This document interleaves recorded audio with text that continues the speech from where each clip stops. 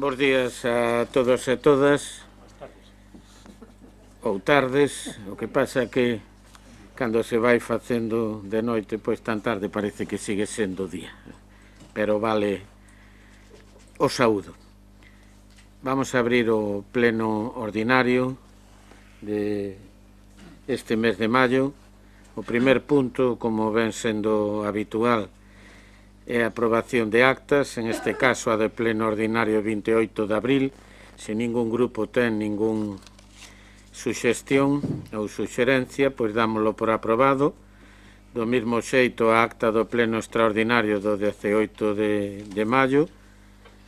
O punto terceiro é a toma en consideración ou dar conta da renuncia da señora concelleira do Grupo Municipal Popular, dona Ana Ruiz Reiriz, a cal me pregou que simplemente pois de conocimiento do que é a súa primeira párrafo, que é que Ana Isabel Ruiz Reiriz presenta, en este caso está falando ela, presento a miña dimisión como concelleira da Corporación Municipal de Ribeira. Por lo tanto, dase pois conta desa renuncia.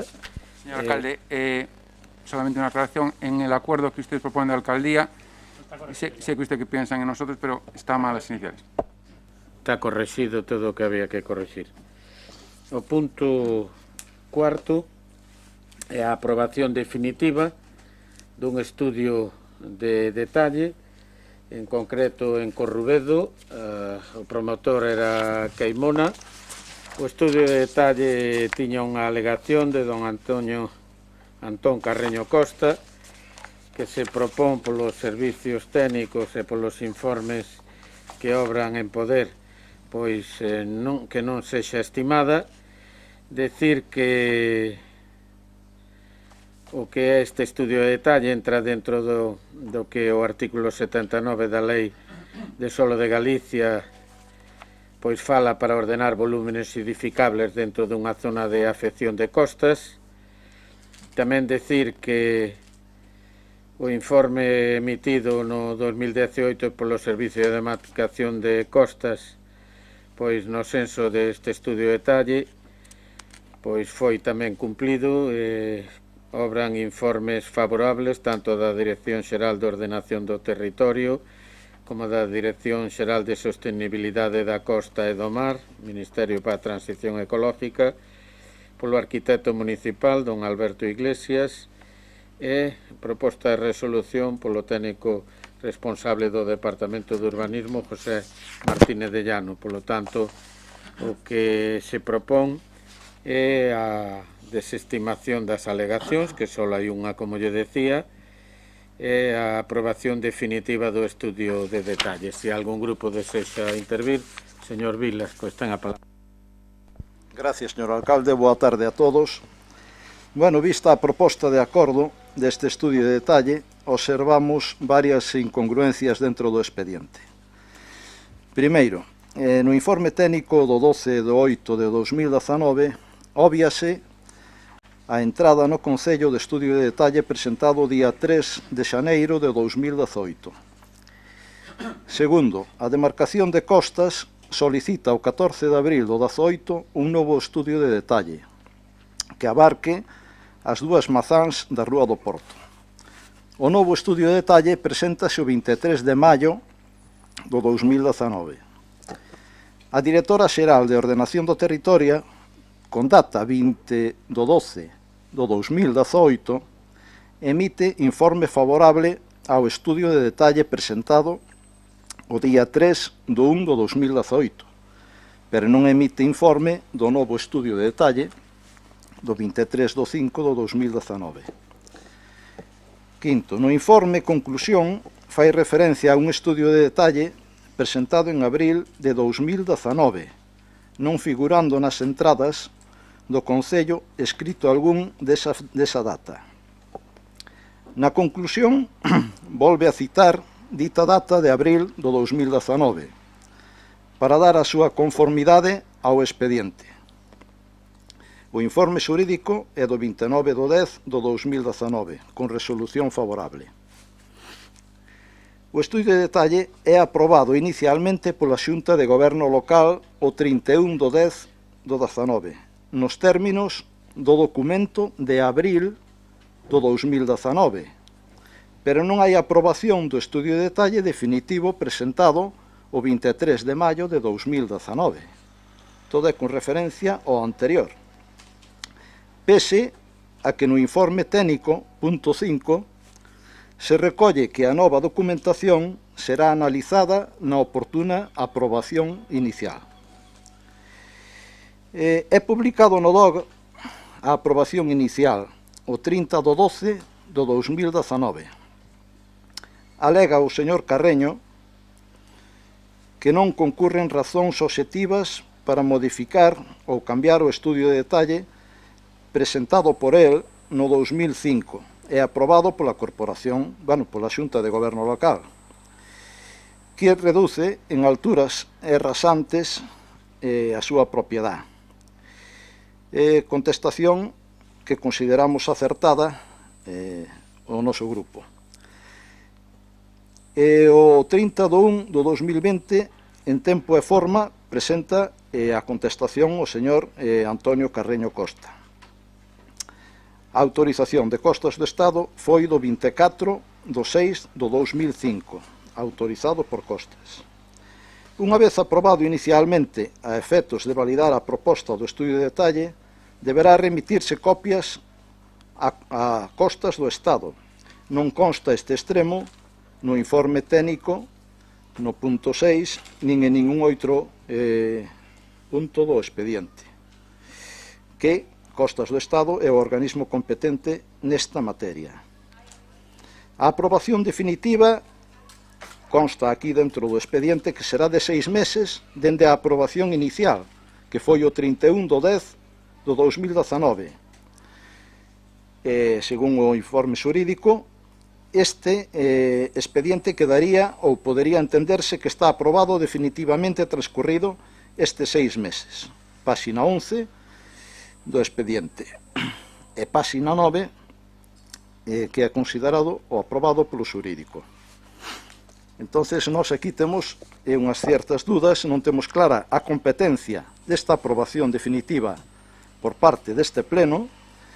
Nos gustaría que o señor secretario nos comentara cal é a competencia da Xunta de Goberno Local ou deste pleno da Corporación. Gracias. Se algún grupo máis desea intervir. Non sendo así, aquí consta o informe. ¿Perdón? Sí, pues tiene la palabra. Señor Casais, tiene la palabra. Sí. Gracias. Buenas noches a todos.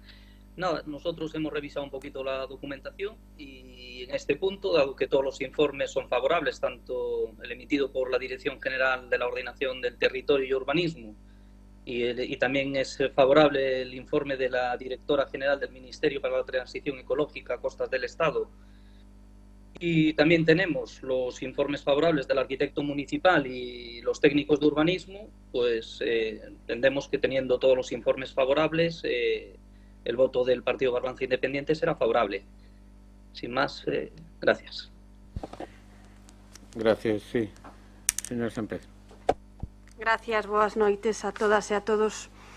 Pois ben, como se comentaba no inicio por parte do señor alcalde, este estudio de detalle é unha figura cuxa misión pois é únicamente a de ordenar volúmenes, a de establecer alineacións e rasantes segundo a Lei do Solo de Galicia.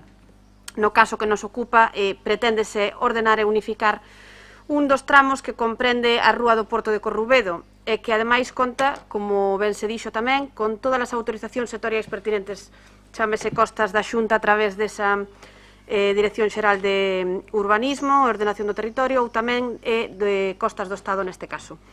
Si ben é certo que, como se comentou aquí, xa no ano 2005 se aprobou un estudio de detalle nesa manzana, iso agora mesmo creo que non é óbice de que nestos intres, cumprindo a normativa vixente e contando con todos os informes sectoriais favorables, se leve a cabo deste xeito pois unha nova ordenación e unha nova compactación desa manzana. Nada máis que engadir. Nada, simplemente decir que teñen vostedes o informe precisamente do secretario xeral de fecha 20/5 e o propio secretario xeral pode confirmar que a aprobación inicial é competencia da Xunta Local de Goberno, pero a aprobación definitiva é competencia plenaria. É como en moitos trámites que se inicia a tramitación urbanística por comisión de goberno, pero sempre é o pleno quen ten a última palabra, polo tanto, así é como é a cuestión. Estando debatido, pasamos a votación do que é a aprobación definitiva se procede do estudio de detalle. O que vamos a votar é, en primer lugar, todos aqueles que teñan o seu sentido o voto favorable, é dicir, a favor do que é a proposta da alcaldía en este caso. Votos a favor. Abstencións. Queda aprobado por 15 votos a favor. 16. No, estamos 8, sí, ¿no? Perdón. Sí, vale. Entonces, si lle parece, pasamos ao siguiente punto. Sí, dígame. Sí, E o resto abstencións, que son 5.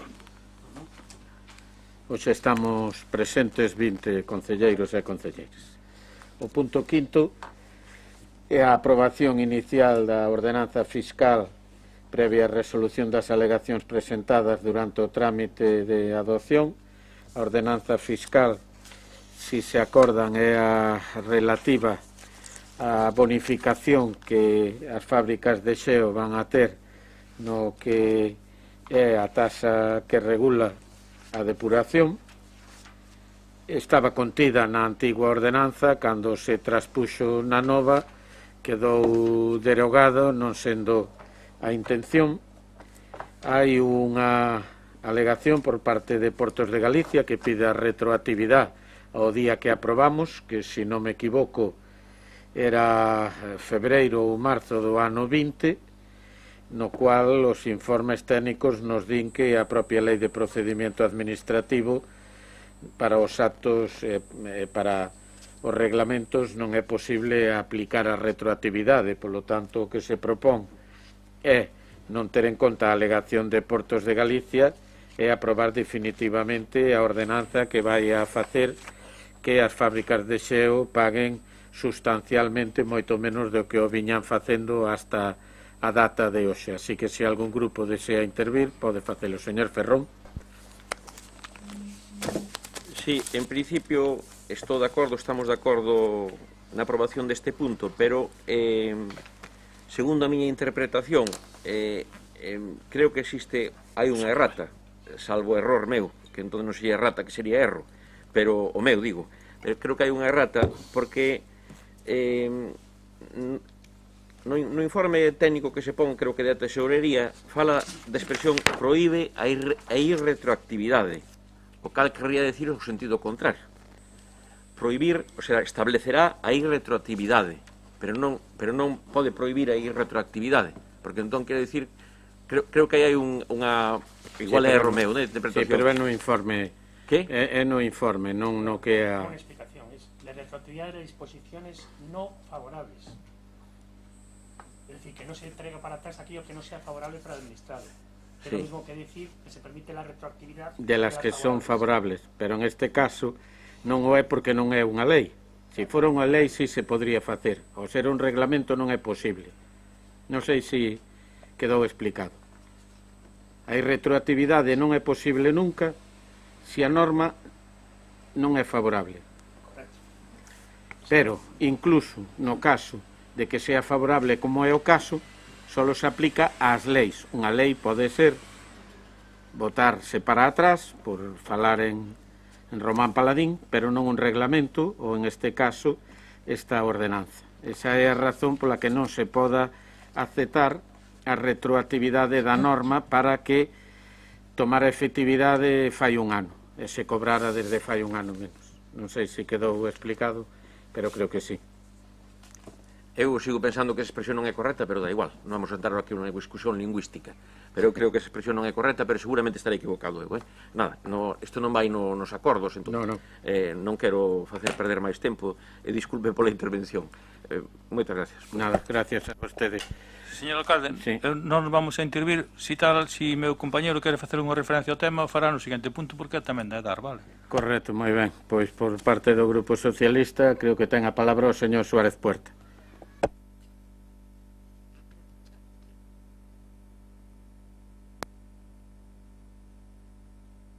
¿Se me escucha ahora? Buenas tardes, ¿se me escucha ahora? Sí, don José Manuel, ten vostede a palabra. Vale, perfecto. Pues eso, buenas tardes a todas y a todos.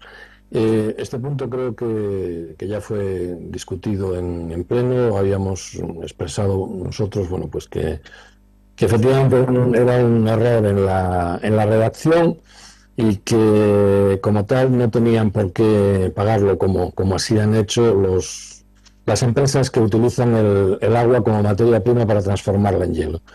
Dicho esto, nosotros estamos por supuesto a favor de que no se le cobre de la misma manera a una empresa que utiliza el agua como materia prima para fabricar hielo y no la vierte a la red de saneamiento, que a las empresas que efectivamente el volumen de agua que marcan sus consumos sí que son vertidos a la red y posteriormente depurados.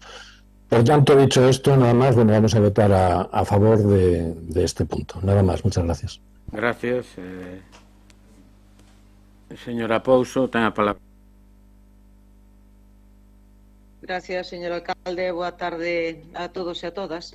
Ben, estamos ante a resolución das alegacións presentadas e a aprobación definitiva da modificación desa ordenanza.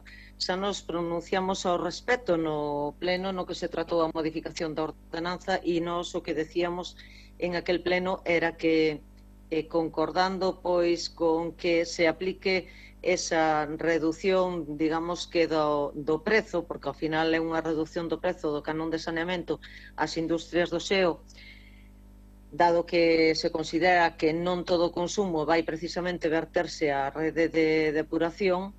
Tamén decíamos así mesmo, pois nese pleno, que votábamos de menos que vostede non fixera ese coste do ciclo integral da auga e que, a súa vez, renovase, digamos, que eses cálculos para aplicar unha tarifa máis favorable a todos os veciños e a todos os usuarios da rede de depuración, de saneamento e depuración municipal.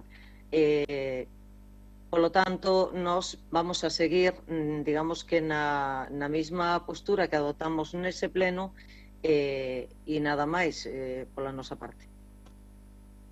Muchas gracias. Nada, simplemente decir que para poder, eu creo que mirar de novo a tasa, pois o primeiro que teñamos que facer é poder adjudicar o novo servicio, cual ten un precio diferente que nos vai a permitir, unha vez que pase o ano e visto os ingresos reales e visto os costes, pois poder reducir a tasa para o ano 22, eu creo de unha forma pois importante, que ao final é axustar lógicamente o que é o ingreso ao gasto sin ter unha intención recaudatoria máis alá que o coste do servicio, xa sabes, subvencionado polo Concello en unha parte moi importante xa na tasa actual, recordo. Pero bueno, eso eu creo que é unha intención de todos os grupos, seguir subvencionando para poder rebaixalo, non? De cara ao ano que ven. Entonces, si lle parece, pasamos logo á votación. Votos a favor da aprobación definitiva da ordenanza fiscal. Votos en contra. Queda aprobada por 11 votos a favor, sendo 9 os votos en contra. O seguinte dos puntos ten que ver precisamente co que é a adxudicación a través do procedimento aberto, con multiplicidade de criterios de os servicios de operación e mantenimiento para os sistemas de saneamiento en alta, de depuración asociados a Edar de Couso, a Edar de Corrubedo e a a adopción dos acordos que procedan, non? Presentáronse 5 empresas, o precio de licitación iba a 3.877.758 sin IVA para eses 3 anos. Ao final, a parte técnica, a valoración final ponderada, pois a empresa máis valorada foi a Sociedade de Fomento Agrícola Castellonense, seguida de Aqualia, e tamén na parte de o precio ofertado, pois en segundo lugar, o que fixo que ao final fora a máis puntuada, tamén foi a Sociedade de Fomento Agrícola Castellonense. A súa oferta pois é de 3.062.000 euros, co cual hai unha rebaixa anual, pois prácticamente, se contamos o que é o IVA, pois de un pouquiño máis dos 300.000 euros, que vai a permitir poder adaptar a taxa.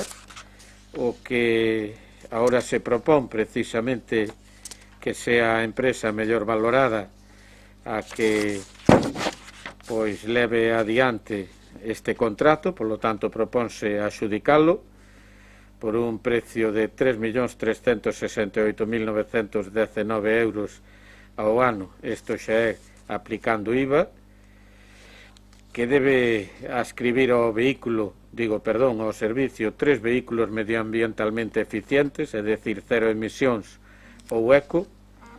Tamén, como a súa oferta decía, que o 100% da súa enerxía eléctrica debe ser de orixen renovable, que debe destinar 10.000 euros anuales para a campaña de comunicación e divulgación do servicio de saneamento e depuración, e que aparte ten que implantar un plan de formación dirixido ao seu persoal, que será de 19 horas para o xefe de operación e mantenimiento, 19 tamén para o encargado de mantenimiento, e 16 horas para o oficial primeiro e segundo electromecánico. Por lo tanto, bueno, creo que demos un paso importante para o que esperemos sea a mellora do servicio, pero sobre todo para que o coste a través do concurso público se adapte precisamente a estas ofertas que o mercado fixo a este concello. Os grupos que deseen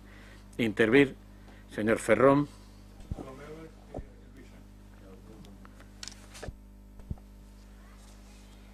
Ben, como xa está explicado anteriormente polo señor alcalde, o que nos presenta a adjudicación en este concurso que hubo para o mantenimiento dos sistemas de saneamento de Adar de Couso e de Corrubedo,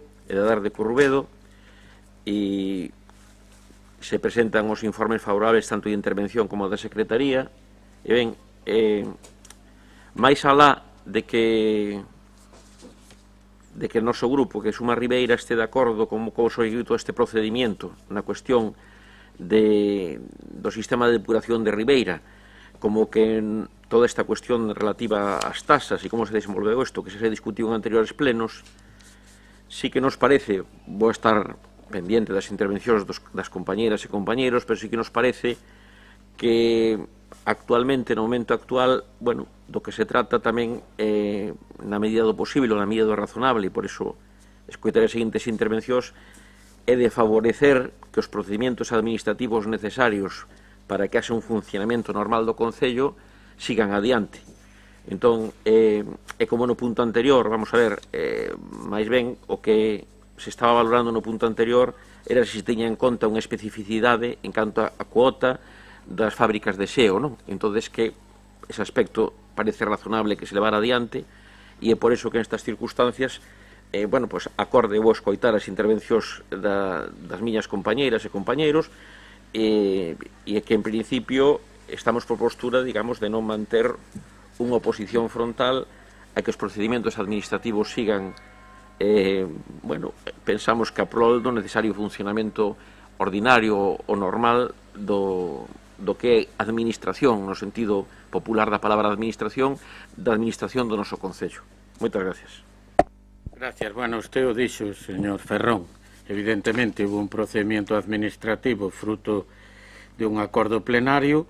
O non continuar co expediente administrativo nos abocaría, sin ninguna duda, a un recurso por parte desta empresa e, polo tanto, pois supongo que unha responsabilidade importante patrimonial deste Concello polo lucro cesante, aparte de que teríamos que continuar ca empresa que hai por 800 ou 900.000 euros máis en 3 anos, co cual, ao haber iniciado este procedimento, é lóxico que o Pleno o finalice, porque senón non só o resultado final é un desastre económico para o Concello, senón o que é peor, que vai a tener ou ter un recurso por parte da empresa que fixo a súa oferta, que a ganou, que ten unha previsión de ingreso que lóxicamente se rompería de non leválo adiante. Por lo tanto, dou na diana da responsabilidade que todos os grupos ten.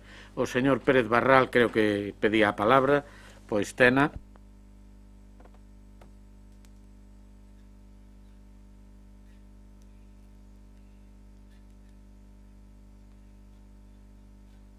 Xestión da edar de Couso e máis da de Corrubedo.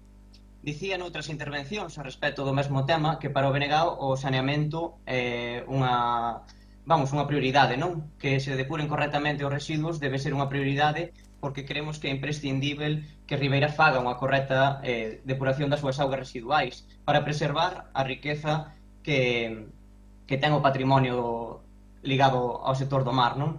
Debemos entender que do mar dependen moitos postos de traballo e que debemos ser capaces de evitar verteduras contaminantes. Permítanme que reitere unha vez máis que este sistema de depuración que hoxe está implantado nunca tivo o apoio do BNG e nunca tivo o apoio do BNG porque sempre fomos defensores de outro modelo diametralmente oposto ao que presentou o Partido Popular. Tamén pedíamos unha depuradora específica para o polígono de Xarás, cuestión que en 2008 se aprobaba na Xunta e que o PP non foi capaz de executar en anos posteriores, non? Unha depuradora de Xarás pois permitiría evitar focos de contaminación como os que aconteceu non hai tanto tempo na nosa ría. Por certo, aproveito este tema sobre a vertedura que houve na ría da Arousa para preguntarlle a vostede, señor Ruiz, que vai facer o Concello de Ribeira para tratar que se depuren as responsabilidades, e nunca mellor dito, desa vertedura, porque os responsáveis deberían pagar as consecuencias e as sancións correspondentes que contempla a legislación ambiental.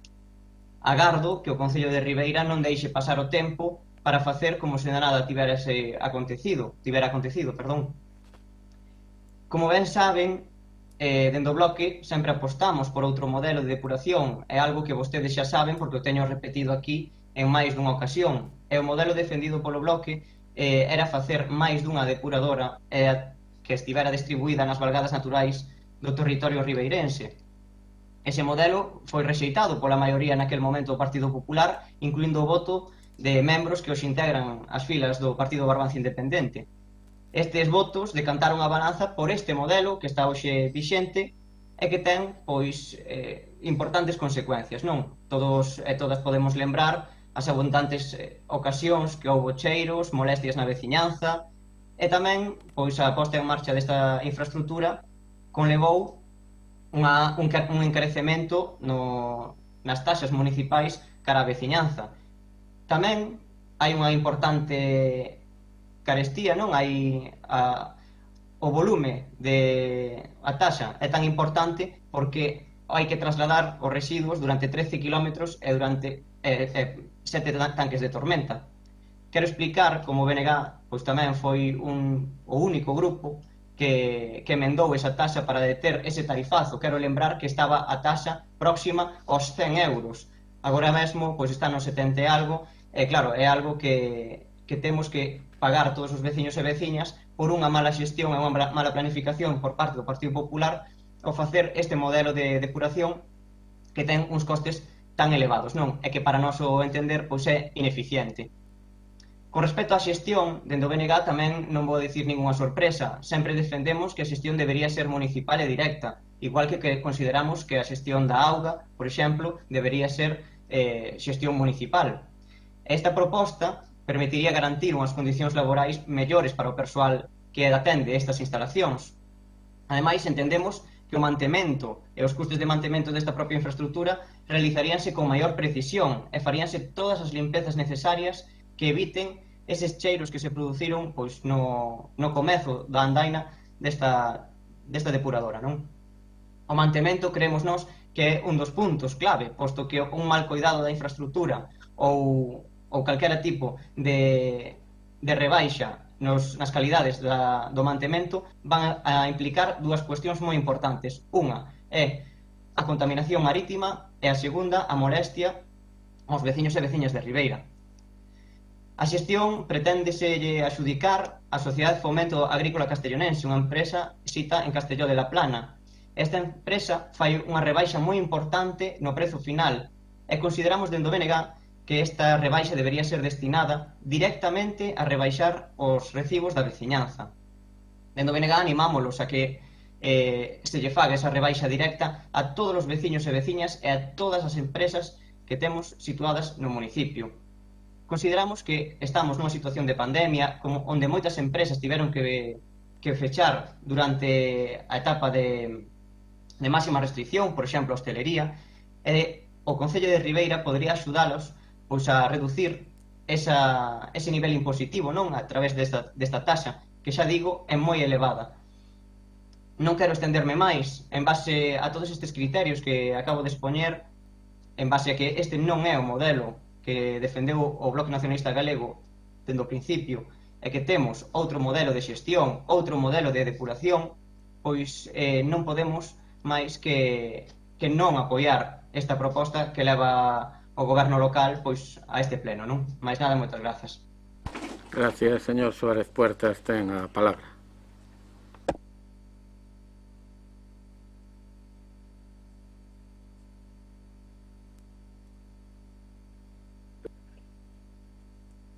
A ver, ¿se me escucha ahora?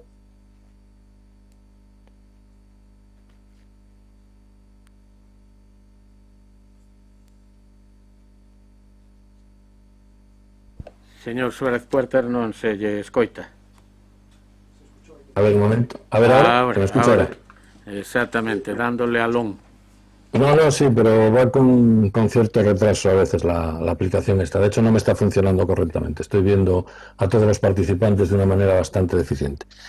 Pero bueno, a lo que íbamos en este punto. Bueno, buenas tardes nuevamente. Vemos que la adjudicación de esta gestión se realiza a una empresa, en la Sociedad de Fomento Agrícola Castellonense, ¿no? Que suponemos o damos por supuesto que contará con todos los informes favorables de solvencia económica y de buen hacer en otras concesiones. No vayamos a encontrarnos con sorpresas como alguna vez tiene ocurrido. Y una parte que nos interesa especialmente es que vemos que se van a realizar, o sea, que se van a dotar una serie de puestos de trabajo en esta depuradora con unas cualificaciones concretas, como puede ser el jefe de operaciones, el encargado de mantenimiento, oficiales primera electromecánicos, oficiales segunda electromecánicos, y queremos saber estos oficiales y estos encargados de mantenimiento, qué tipo de formación, qué tipo de titulación van a tener, y en caso de que estos puestos se vayan a cubrir, sean puestos nuevos que se van a generar ahora, queremos saber cuál va a ser el criterio de contratación, cómo se va a contratar y cuál va a ser la transparencia de esta oferta de puestos de trabajo. O sea, dónde van a salir estos puestos ofrecidos y qué criterios van a regir para la contratación. Damos por supuesto lo que decía el compañero Barral, que el importe de la baja se restará del recibo, o sea, del monto a pagar por los recibos, y entendemos que esta baja tan sustancial por la que se adjudica el servicio, que es cercana a un 25%, no se da a base de rebajar la calidad del servicio, ni en lo que es productos de tratamiento, ni en lo que son bomberos, porque también tenemos la mala experiencia de que los pozos de tormenta desbordan, y un pozo de tormenta solamente desborda cuando no llueve, si no se activan los bombeos, que efectivamente los bombeos cuestan dinero porque son con energía eléctrica y el agua es testaruda, funciona como con la ley de la gravedad y con la ley de la hidrodinámica, hacia arriba no corre si no se la bombea. Bueno, es sabido que nosotros estamos en contra de este modelo de gestión. O sea, nosotros no estamos a favor de la gestión privada, no estamos a favor de la externalización de los servicios, estamos a favor de que se cree una empresa municipal que gestione el ciclo integral del agua, el ciclo del agua potable en lo que es la distribución, en lo que es la depuración del agua potable y lo que es la estación de tratamiento de aguas residuales y de los bombeos, ¿no? Entonces, esto en el pasado pleno del 1 de diciembre de 2020 se acordó preparar un estudio sobre la viabilidad de la creación de una empresa municipal para la gestión de este ciclo integral del agua. Quisiéramos saber cómo está este estudio, o si está ya perdido o abandonado en algún cajón, o si simplemente no se hizo nada. Y dicho esto, pues dado que nuestra postura es clara, no estamos a favor de este modelo de gestión, estamos a favor siquiera de este modelo de depuradora, vamos a abstenernos en este proceso de adjudicación. Nada más, muchas gracias. Simplemente decir que o estudio tiña un horizonte temporal para tomar a decisión unha vez que pasen os 3 anos e acabe o contrato que hoxe en día ten Viacua. Por lo tanto, en ese tempo o terán, hai avanzadas algunhas cuestións. Decir que o tema do personal foi precisamente xa incluído no que era o prego. Ese prego pois incluía recoller aos traballadores que estaban traballando na empresa en aquel momento en Aqualia, e polo tanto a cualificación profesional é a que o mismo pliego poñía. O resto dos grupos, a señora Pouso.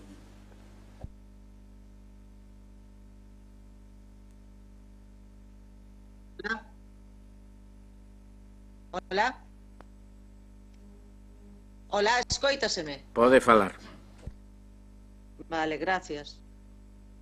Ben, chegamos ao punto da adxudicación do expediente de contratación desas depuradoras de Couso e de Corrubedo. Chegamos a un punto donde, por decirlo de alguna maneira, o peixe está vendido, porque temos en este momento enriba da mesa o que é a proposta da mesa de contratación. E, señor alcalde, no pleno no que se trataron os pliegos que servían de base para digamos que proceder a esta licitación,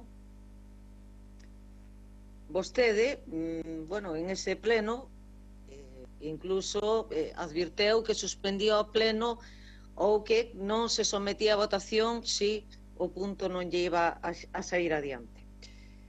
Ben, o punto saiu adiante, dende logo non cos votos do Partido Barbanza Independiente. Houbo bastantes grupos en ese pleno que lle estaban insistindo pois en esa xestión directa do Concello, precisamente apostando por un aforre de costes, e vostede pois intentaba xustificar esa, digamos que esa imposibilidade de xestionar directamente dentro do Concello, pois que si co convenio que ten o personal municipal no ayuntamiento, que si o coste de horas, e señor alcalde, permítame que lle diga que esas excusas non valen, porque serían novos postos de traballo que habría que crear, incluílos nesa relación de postos de traballo que había que valorar convenientemente, as accións que correspondera a cada puesto, que as súas valoracións, e nada máis que eso, nada máis lonxe da realidade que de, bueno, pois, dese disparate de retribucións que foran a ter ese persoal que pudera estar adscrito a este servizo. Simplemente, vostede non o considerou, digamos que idóneo, nin sometelo, nin pararse a reflexionar no que lle estaban pedindo os distintos grupos, nin puso interés en estudiar o tema. Decíase en aquel pleno que a proposta que estaba feita en esos pliegos, que estaba feita en base a datos reales suministrados polas concesionarias que estaban bueno, pois digamos que levando a xestión das depuradoras, dúas concesionarias, dúas empresas distintas. Por un lado tiñamos a Aqualia, creo recordar, e por outro creo que era Espina Obras Hidráulicas. E decía que estaban os estudios de costes feitos en base a datos reales. Si esos estudios de costes están feitos tanto en base a datos reales, señor alcalde, a nos xurdenos a duda de si esta baixada no precio, na oferta que fai esta empresa que resulta, digamos que proposta para a adxudicación, non vai a cometer uns aforres de custes que xa facía, por outra parte, algún voceiro que me precedeu no uso da palabra referencia, non vayamos a facer uns aforros de custes que logo vayan en contra da calidade do servicio, e estou a referir pois en que se deixen de efectuar os traballos de mantenimento correctamente e que logo eso pois siga xerando problemas na veciñanza que está preto desas instalacións, como poden ser malos olores ou como pode ser logo que non haga un tratamento axeitado e que podan salir vertidos ao mar. Quero pensar que van a estar vostedes atentos a que os traballos se fagan ben e a que esa empresa ejecute ben o seu traballo. Por outra parte, queremos que esa disminución no prezo, pois que evidentemente se vai a resultar adjudicada unha empresa con un menor custe e por outra banda sabemos que o precio que se está pagando, pois o que é polo abastecemento de auga, non pola depuración, sino polo abastecemento, que está dando, digamos que un resultado de beneficio para as arcas municipais. Eu creo que xa non pode vostede ou non debería vostede demorar máis ese estudio de costes para revisar esa tasa de depuración e de auga que están a pagar os veciños de Ribeira, que ya recordo que mentras que un veciño de Ribeira que consuma 10 metros cúbicos no trimestre paga máis de 17 euros, os veciños que consumen 10 metros cúbicos de unha depuradora xestionada directamente pola Xunta de Galicia pagan 1,53 €. Non se poden consentir esas diferencias de precios. Xa lle teño dito, señor alcalde, que debería, digamos que estar en sintonía con esas políticas de tasas e prezos públicos asequibles para a veciñanza e sobre todo nos momentos que estamos atravesando. Simplemente decirlle que nada, que se estén moi atentos a que os traballos desa xestión das depuradoras se faga correctamente. Máis nada, moitas gracias. Bueno, vamos a ver, hai algúns tics que me parecen autoritarios, eso de que as excusas non valen, ese tipo de cuestións. Digo eu que valdrán tanto os meus argumentos como os seus, sobre todo cando o que a Xunta nos quería cobrar por levar a depuradora non lo dixo a propia Xunta. Por lo tanto, por iso este pleno decideu, entre outras cousas, levar directamente a gestión. Por lo tanto, eso xa non é unha excusa, é unha veracidade, porque eses datos tuvéronos todos encima da mesa. En canto, cando falamos de o coste, recordo que hai uns costes que son fijos e se sabían, e aparte deso, tiñamos tanto os informes de Manuel Quintana, o técnico que fixo o plan de saneamiento local, como, por outra parte, os costes de o propio Aquaes, cando tamén quería levar a gestión da depuradora. Por lo tanto, todo iso é certo. E o que é ben certo é que de todos eses costes, o máis barato é o que se trae hoxe aquí ao pleno. Pero eu ainda non escoitei, salvo a meu grupo que o propón, que se vaya a aprobar isto. Por lo cual, se seguimos pagando 900.000 euros máis, non pode haber rebaixa posible. Para que os veciños podan ter esa rebaixa, temos que ter un coste de 3 millóns e non un coste de 4 millóns. Entonces, alá cada un ca súa responsabilidade, cando votemos veremos quen lle quer realmente rebaixar aos veciños o coste e quen non lle quer rebaixar. Señora San Pedro, ten a palabra. Gracias, señor alcalde. Desde logo, señora Pouso, nunca vin como vostede, como a concelleira, pois defendese unha xestión directa por parte do Concello de ningún servizo, nin da auga, nin da luz, nin de ninguna dos servizos que se atopan concesionados. Desde logo, donde digo Diego, vaia vostede ao pelo. E por outro lado tamén, señor Pérez Barral, de verdade que se ten vostede o discurso, pero ben aprendidiño. O que pasa que nunca nos responde a eso de onde vai a poñer vostede esas 5 microdepuradoras, canto van a costar esas 5 microdepuradoras, si vai haber 5 puntos de fuga desas 5 microdepuradoras, cantos cheiros poden salir desas 5 microdepuradoras, e, dende logo, a coherencia, en fin, deixa moito que desear a súa coherencia, porque a coherencia de votar en contra dun servizo que é o único xeito de poder baixarlle a tasa a esa xente que vostede fala que está pasando, como ben sabemos, pois unha crise que está pechando comercios, que está pechando empresas, de verdade que non o entendo. Predica vostede unha cousa, vai facer a outra, o sea, chámelle vostede incoherencia, non coherencia. E xa, ceñíndome ao asunto, a proposta que presentamos hoxe aquí para a adxudicación, pois non só foi a seleccionada como mellor oferta en prezo, senón que tamén foi a mellor valorada técnicamente, destacando ademais pois esas especiales propostas no apartado de optimización de enerxía. Eu creo que tamén cabe destacar neste senso que unha das medidas que propón esta adxudicataria é que ademais algún grupo en plenos anteriores facía referencia a este tipo de aforro enerxético é a de instalar na Edar de Couso un sistema de autoconsumo de enerxía solar fotovoltaica. Tamén é certo que inclúen pois esa implantación de sistemas de optimización enerxética das estacións de bombeo.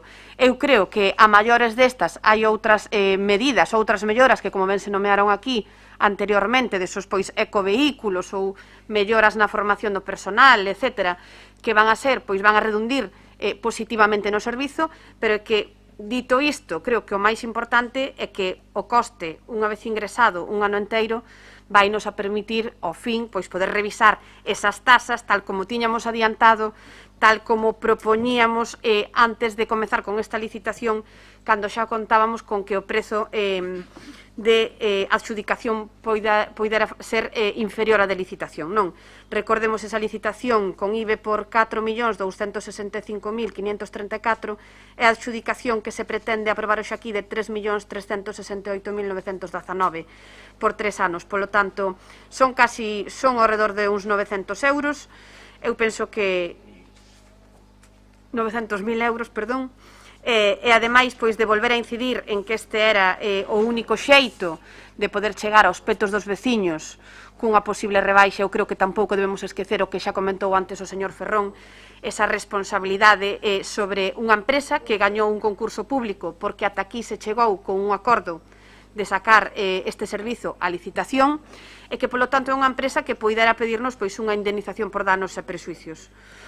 Eu, de verdade, recórdolles tamén algo que me parece moi interesante, que en repetidas ocasións se fala aquí de todas esas facturas que levan reparos unha e outra vez. Pois ben, se isto sale a licitación, tamén vamos a regularizar unha serie de facturas que se veñen reparando, que son as facturas que se lle paga a Qualia e tamén as que se pagan por parte da enerxía que gastan as depuradoras, que é bastante alta. Así que, polo tanto, creo que tamén temos unha oportunidade de regularizar unha situación que se atopa nestos momentos fora de contrato. Moi ben, o dito. Hai sobre, en riba da mesa, dúas posibilidades. Pagar 4.200.000 ou pagar 3.300.000, 900.000 de diferencia. Hai, ainda por riba, a posibilidade de que sigan prestando os servicios dúas empresas que entraron sin concurso, a que poda facer unha que entrou en concurso con estas mesmas empresas e con outras dúas máis, e que, ademais, pois sempre podría reclamar ao Concello, cando menos, os custes de todo o que levan hasta ahora invertido para esta licitación. Por outra parte, se todos estamos interesados en baixarlle aos veciños a tasa, pois en estes momentos só hai unha de dúas opcións, ou deixarlle ao ayuntamiento un pufo anual de 300.000 euros, ou que ese pufo non exista e que, polo tanto, os veciños deixen de pagar ao ano 300.000 euros. Non hai dúas opcións. O Pleno deixou chegar hasta aquí co acordo plenario e mayoritario. Eu recordo que en estes momentos meu grupo non está con 9 concelleiros, que é o que eligeu o pueblo de Ribeira. Está con 8. Polo tanto, alá cada un ca súa responsabilidade e ca súa integridade a hora de votar. Espero que votemos en beneficio dos intereses de os ciudadanos de Ribeira. Polo tanto, doulle a posibilidade a todo o mundo de votar en estes momentos. Votos a favor da adxudicación, tal como a mesa de contratación ten elexido, en este caso, a empresa Sociedade de Fomento Agrícola Castellonense. Votos a favor. 8 votos. Votos en contra. 9 votos. Abstencións. 3 votos. Estudiaréis se estes dous grupos teñen algunha responsabilidade para poder acometer as accións oportunas contra os dous grupos por haber, en este caso, pois as arcas de Ribeira e aos veciños de Ribeira haberlle metido un pufo de casi 1 millón de euros e seguir en estes momentos con dúas empresas que quen ten que levantar os reparos é o señor alcalde. Polo tanto, xa lle digo que este asunto vou non a traer de novo a pleno para que teñan a oportunidade de cambiar o seu voto, senón eu lle digo que estudiarei cos servicios xurídicos a que vostedes acaban de facer directamente, facer contra o Concello de Ribeira un acordo plenario en que se saca a licitación e concurso público o que é un servicio municipal e que se vota en contra facendo que o Concello pague polo mesmo servicio, perdón, por peor servicio, 1 millón de euros máis. Polo tanto, alá vostedes ca súa responsabilidade, pero eu digo claramente que non vou a permitir que os veciños de Ribeira perdan 1 millón de euros e estudiarei todas as fórmulas, xa que existen legales, para pedir a responsabilidade de todos aqueles que votaron en contra. Pasamos a que o sepan os veciños de Ribeira. Señor alcalde, a que grupo se refere? O BNG e os que votamos en contra? Os que votaron en contra están votamos en contra tamén cando veio a primeira vez. Pero non ten nada que ver. Señor, non ten nada que ver. Non ten nada que ver. É un procedimento administrativo que o Pleno votou pa diante, que hubo unha mesa de contratación e agora se propón a solución. Pois os que votaron pa diante que voten outra vez. Pero en estes momentos temos un problema para votar pa diante. Para empezar, que non somos 9 concelleiros. Para empezar. Porque con 9 concelleiros se gana esta votación. E vostedes non respetaron a vontade mayoritaria do pueblo de Ribeira. Non podo deixar encima da mesa algo que está votado, señor Vilas. E alá ca súa responsabilidade, porque aquí todo o mundo estaba falando de baixarlle o que é aos veciños a tasa, pero cando chega a posibilidade de baixarlle a tasa ao que son as fábricas de hielo, votamos que non. Cando chega a posibilidade de baixarlle a todos os veciños un 10 ou un 15% esa tasa porque o servicio nos vai a salir máis barato, se vota que non. E se veñen con excusas que non teñen absolutamente nada que ver co que hoxe estamos debatindo e estamos votando. E miren que a min, como alcalde, pois xa me dirá, o servicio vais a seguir prestando. Quen perde non é... non perdemos do noso salario, do noso día a día. Vai non a perder o veciño, o que non lle podemos baixar a tasa porque nos vai a valer 1 millón de euros máis cara, e vainos, sobre todo, un concello en ano de pandemia. E veremos como salen os presupuestos municipales, porque despois vexo por aquí que se piden moitas cousas hoxe ao largo do pleno. Millóns e millóns. Vale? Entonces, de verdad que me parece de unha irresponsabilidade que non creín que se pudera vivir en este concello, solo por ir en contra de este alcalde ou deste grupo de goberno, e de xente que ten votado toda a súa vida en favor da gestión indirecta dos servicios, é defendido a morte. E o alcalde non lle fan ningún daño, vai a seguir pagando os 70 euros, pero igual a moita xente si lle fan daño. Así que pasamos ao seguinte punto, e alá ca súa responsabilidade cada un dos grupos, e despois falamos de coherencia.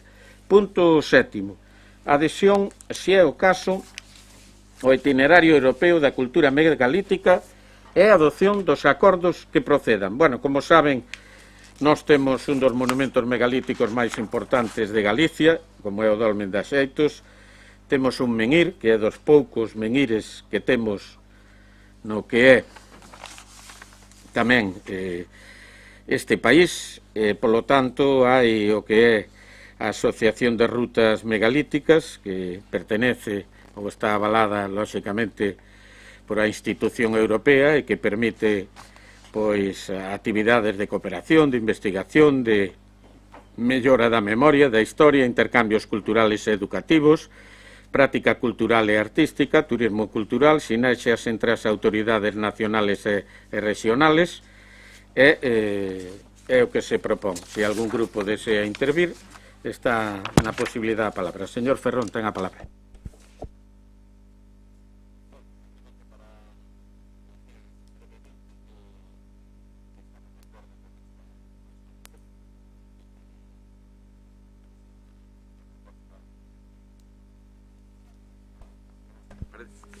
Perdón, que querín que lle dixera. Nada, simplemente para decir brevemente que estamos de acordo en principio co que se presenta nesta proposición por parte da proposta por parte do equipo de goberno, e agradecer a presentación desta proposta, e queremos que todo o que poida servir para beneficio e para potenciar, para dar coñecemento e para fomentar un coñecemento tanto por parte de outras poboacións, tanto a nivel de España como estranxeiro, que parece que é razoable e é bo que isto se leve adiante. E nada, gracias por la proposta. Moitas gracias, señor Vilas, ten a palabra. Gracias, señor alcalde. Bueno, desde o Grupo Socialista imos votar a favor de que o Concello de Ribeira sexa membro da Asociación Megalítics Routers e a pagar a cuota anual establecida, pero tamén a favor de mellorar a infraestructura viaria que leva ata o Dolmen de Axeitos e a implementar a sinalización de acceso e identificación do ben de interese cultural, principal vestixio da cultura megalítica galega. Iniciativa esta que reforzará a cooperación tamén que temos ca Deputación da Coruña sobre os temas do Castros e da Idade de Ferro, de cara á recuperación do sector turístico e na potencialidade deste ben patrimonial no que a visita se refiere. Consideramos que se debería de realizar algunha guía cultural europea para facer un seguimento. Gracias. Gracias, señor Vilas. Señor Vázquez, ten a palabra.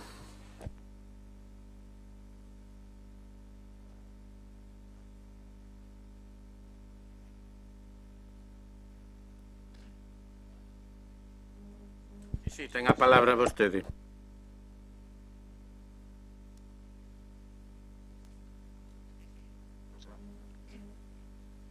Pode falar, señor Vázquez. Vale. O Concello de Ribeira... Escoitasame, verdad?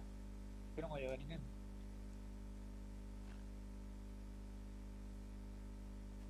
Sí, escoítase. Vale, gracias. Gracias, non sabéis se me escoitaba.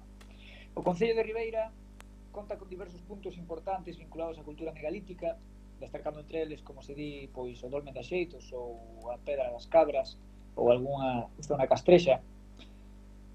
No que anterior pleno, pois o Grupo Barbanza Independiente solicita que se adecue, entre outros, pois neste caso concretamente a Pedra das Cabras.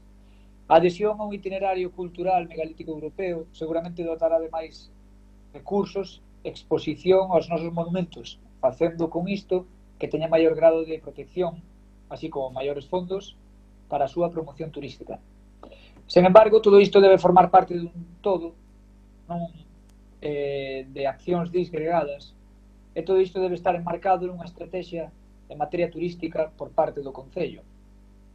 O cal debería de promover, adecuar e protexer os nosos monumentos coa finalidade de que os visitantes, tanto ribeirenses como de fora do noso Concello, pois teñan maior facilidade para visitalos, encontralos e atopalos nas mellores condicións posibles. Véxase o caso, pois, neste caso, como dicíamos nós, da Pedra das Cabras, ou, como mencionaba aquí o señor Vilas, a do Dolmen de Axeitos, mellorando, pois, quizáis un poquinho de acceso. O acceso non está tan mal, xa que conta, bueno, con unha carretera bueno, do tamaño que supoño que poderá ser. Ten unha zona de aparcamento así bastante bonita, pero quizáis a cancela debería polo menos estar aberta máis a menudo.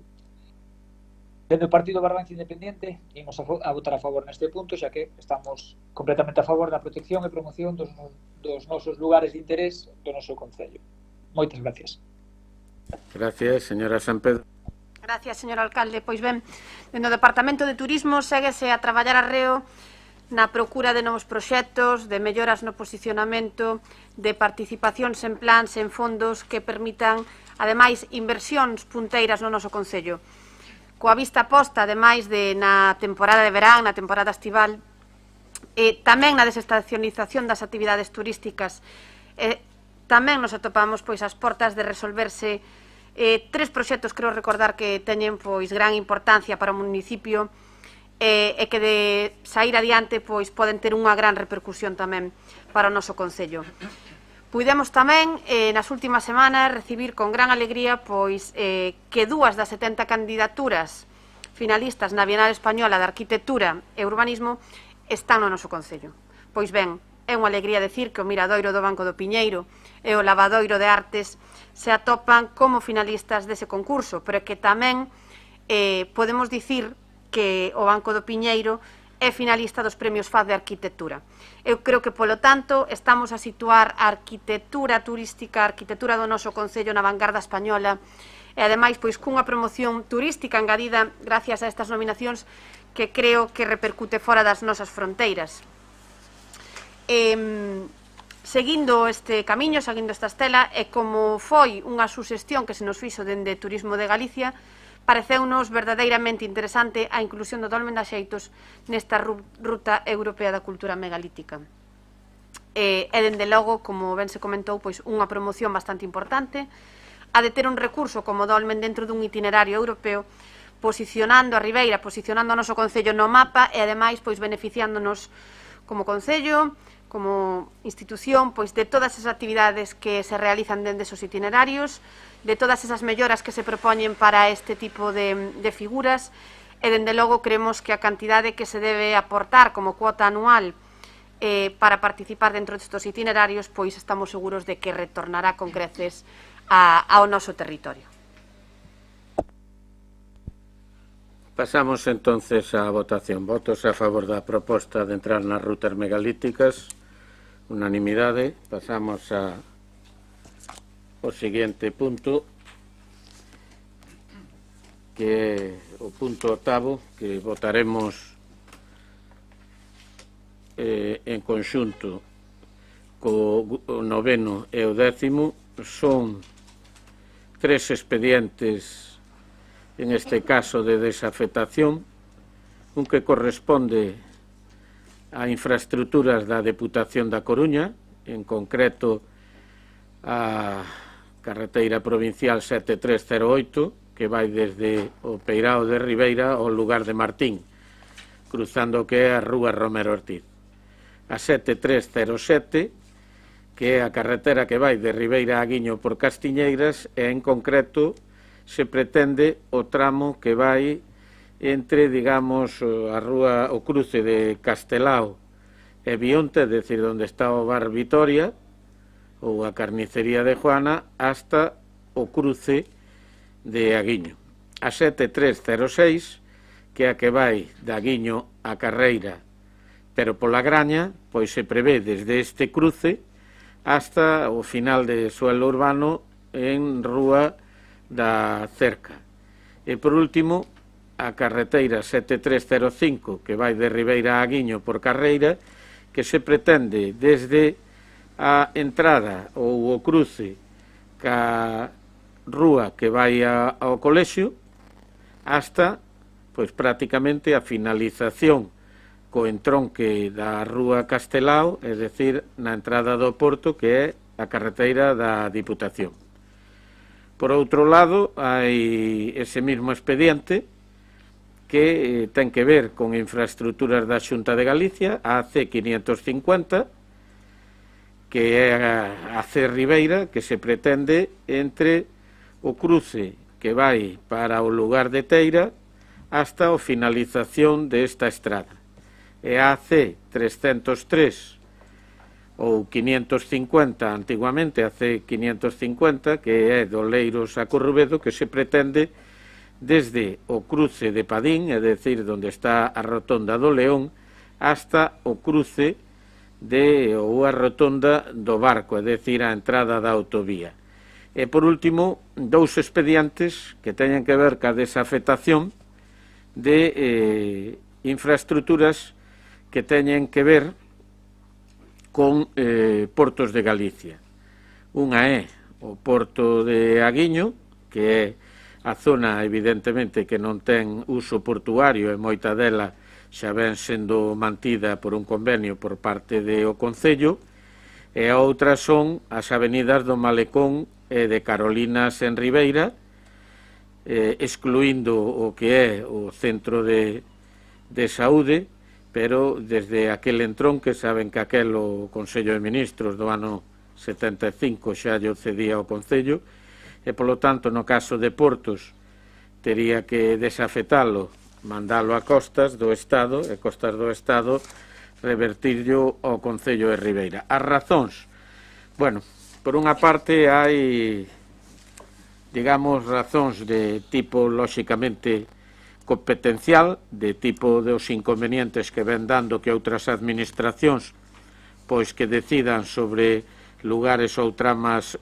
urbanas, incluso pois con costes moi diferentes, como pode ser o propio das terrazas. Estou falando das autoridades portuarias, donde o propio Concello ao cabo do ano pois paga incluso pois por actividades que teñen que ver con esas infraestructuras que o Concello coida, que o Concello en moitos casos executou, e que polo tanto non ten sentido que infraestructuras que non teñen uso portuario pois pertenezcan a outra administración, que o Concello perda as súas competencias e que ainda por riba paguemos por elas.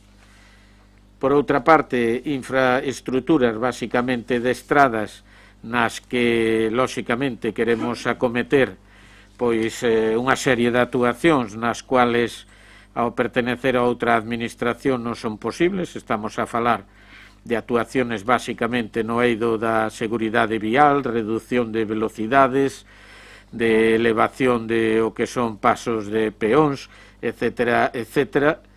E, por último, tamén o que ven a ser, pois, por outra parte, pois problemas que temos con alineacións, con muros, donde en moitos casos non se respeta nin o propio plan xeral despois da lei de carreteras, que non sei se é do ano 16, pero que está afectando de forma negativa en moitas das cuestións.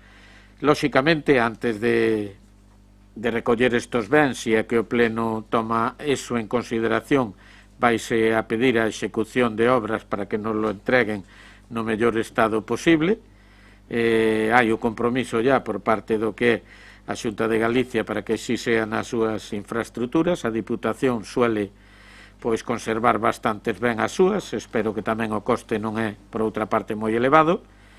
En canto a portos, pois basicamente que os fondos EDUSIS, tanto en Ribeira como en Aguiño, van a estar en perfecto estado de salud. É verdad que sí que pode ao longo dos anos aumentar os costes de mantenimiento, pero pensemos que o Concello de Ribeira ven pagando polo menos no que é a utilización deses espacios tamén 20.000 euros polo menos cada ano, nos que son os portuarios, e despois sempre temos a posibilidade de recaudalos, e é que iso é o deseo do Pleno, de poder poñer en puntos donde a velocidade non se respeta en absoluto. Estou falando basicamente dos entronques de esas vías en Aguiño, donde calqueira pode ver co que o de 50 xa non sei como chamarlle, o de 30 é verdadeiramente unha utopía, e donde hai unhas velocidades moitas veces de vértigo que o primeiro que temos que intentar é reducir, e posiblemente tamén o que inda así siga sin respetalo pode axudar ao mantenimiento desas infraestructuras. Por lo tanto, os grupos que deseen intervir teñen a posibilidade. Señor Ferrón, ten pois un tempo máis amplio do normal. A desafectación pode falar como eu falei todo o conxunto, pero todos eses puntos despois votaremoslos por separado, vale? Por lo tanto, se se queren pronunciar sobre algún deles, pois poden non facer ou ben non facelo. Ten a palabra. Gracias. Ben, a meu entender, debería haber unha previa información antes de ter que proceder, en este caso o noso grupo, Suma Ribeira, a votar a este respecto, e en canto a se está falando duns proxectos que hai de actuación en estos sitios, pero nosotros non temos ningún que eu saiba, pode ser que a veces entre tanta documentación pois un non alcance a esculcala toda, non? Pero non temos información sobre que as actuacións se queren levar adiante, non? Entón, o que nos parece adecuado é que tuveramos unha previsión sobre a mesa, na información que recibimos, unha previsión de que incremento de gasto estimado se supón que vai ter para o Concello esta desafectación, en canto que teria que encargarse de mantenimiento destas infraestructuras ao Concello. Entendo que se actualmente algunha destas infraestructuras a desafectar vai necesitar a corto plazo unha inversión importante, entendo que conllemos un camelo envenenado, e de alguna maneira o que habería era que demandar por os mecanismos que foran oportunos e a poder ser con eficacia, que non digo que sempre isto dependa máis do Concello, de que esas administracións cumpriran ca súa función e tuveran esas infraestructuras en perfecto estado de mantenimiento.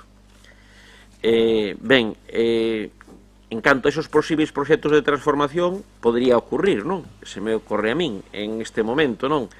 En que se faga desa desafectación, pero non se chegase a ter un acordo sobre esas actuacións a levar nestes sitios, nestes lugares. E entón estaríamos asumindo, en base, a meu entender, en base a un proxecto, unha previsión de proxecto de actuación, uns costes de mantenimiento que igual non se iban ver cristalizados en que realmente houvese esas actuacións, en principio, según o criterio do equipo de goberno, beneficiosas para a maioría da cidadanía, e sin dubidar a priori, por suposto, de que isto fose así, non temos elementos de xuicio para valorar esas actuacións, non? Se se me permite, claro, se vai ser o custe do mantenimiento dunha carretera, a previsión de financiación en base ás posibles infraccións que poda cobrar o Concello, bueno, pues é unha situación unha previsión un tanto pouco halagüeña para os veciños de Ribeira, aínda que é certo, e non minimizo eso, non quero con isto darlle importancia, que eu comparto totalmente o que se acaba de decir por parte do alcalde, e de que moitas veces as infraccións de velocidade son inadmisibles, e que de alguna maneira que sí que habría que poñerlle freno a isto, non? Bueno, pero si de alguna maneira tamén, como antes acaba de expoñer, algunhas das actuacións están de cara a favorecer, a fornecer a capacidade do peón para circular con máis comodidade, pois, con pasos elevados e con menor velocidade de tráfico, bueno, parece isto un pouco que entraría en contradición con unha posible previsión de incrementar os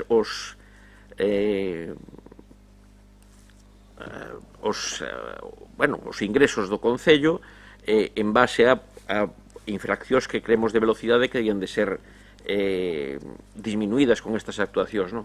Entón, non teño tampouco elementos, vou escoitar o resto das intervencións, e a priori tampouco teño elementos de xuicio para decir que estamos en desacordo con que se desafecte isto, se é para algunhas actuacións que de alguna maneira vayan en consonancia co que nosotros, desde a nosa organización, modestamente creemos que se debe facer nun medio e longo prazo en Ribeira.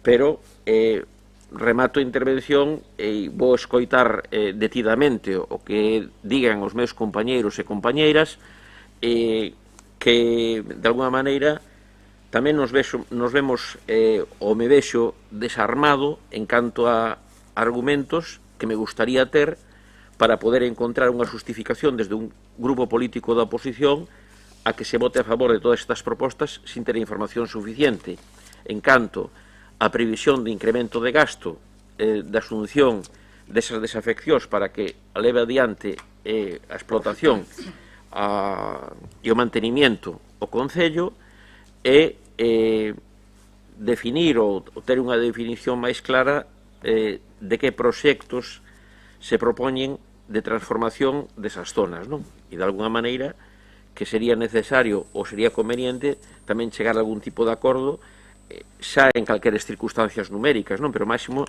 nunhas circunstancias en que os números son os que son e a composición deste pleno é a que é, e non pode actuar unilateralmente a ese respecto o equipo de goberno se non dispón dunha previsión aritmética segura en canto ao resultado das votacións. Moitas gracias.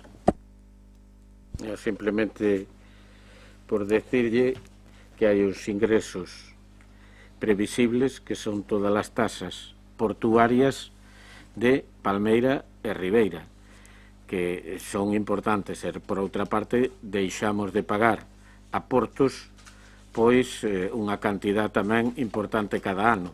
Os costes, imaginando que houbera que cambiar en 10 anos todas esas infraestructuras, facelas novas que non tuveran mantenimiento, estamos falando de aproximadamente uns 70.000 metros cuadrados, que non son tantos porque non teñen un ancho de 10 a 10 euros, dirían 700.000. Os ingresos son o que eu lle estou dicindo, irían a cerca do €500.000 en ese mesmo tempo. Por lo tanto, no peor dos casos, se non houbera outro tipo de ingresos e tuviéramos que gastar en 10 anos o máximo sin mantenimiento, estamos a falar que terá competencia, son números a bote pronto, tamén lle digo, pero terá competencia do Concello sobre eses bens non sería superior a €20.000 ano.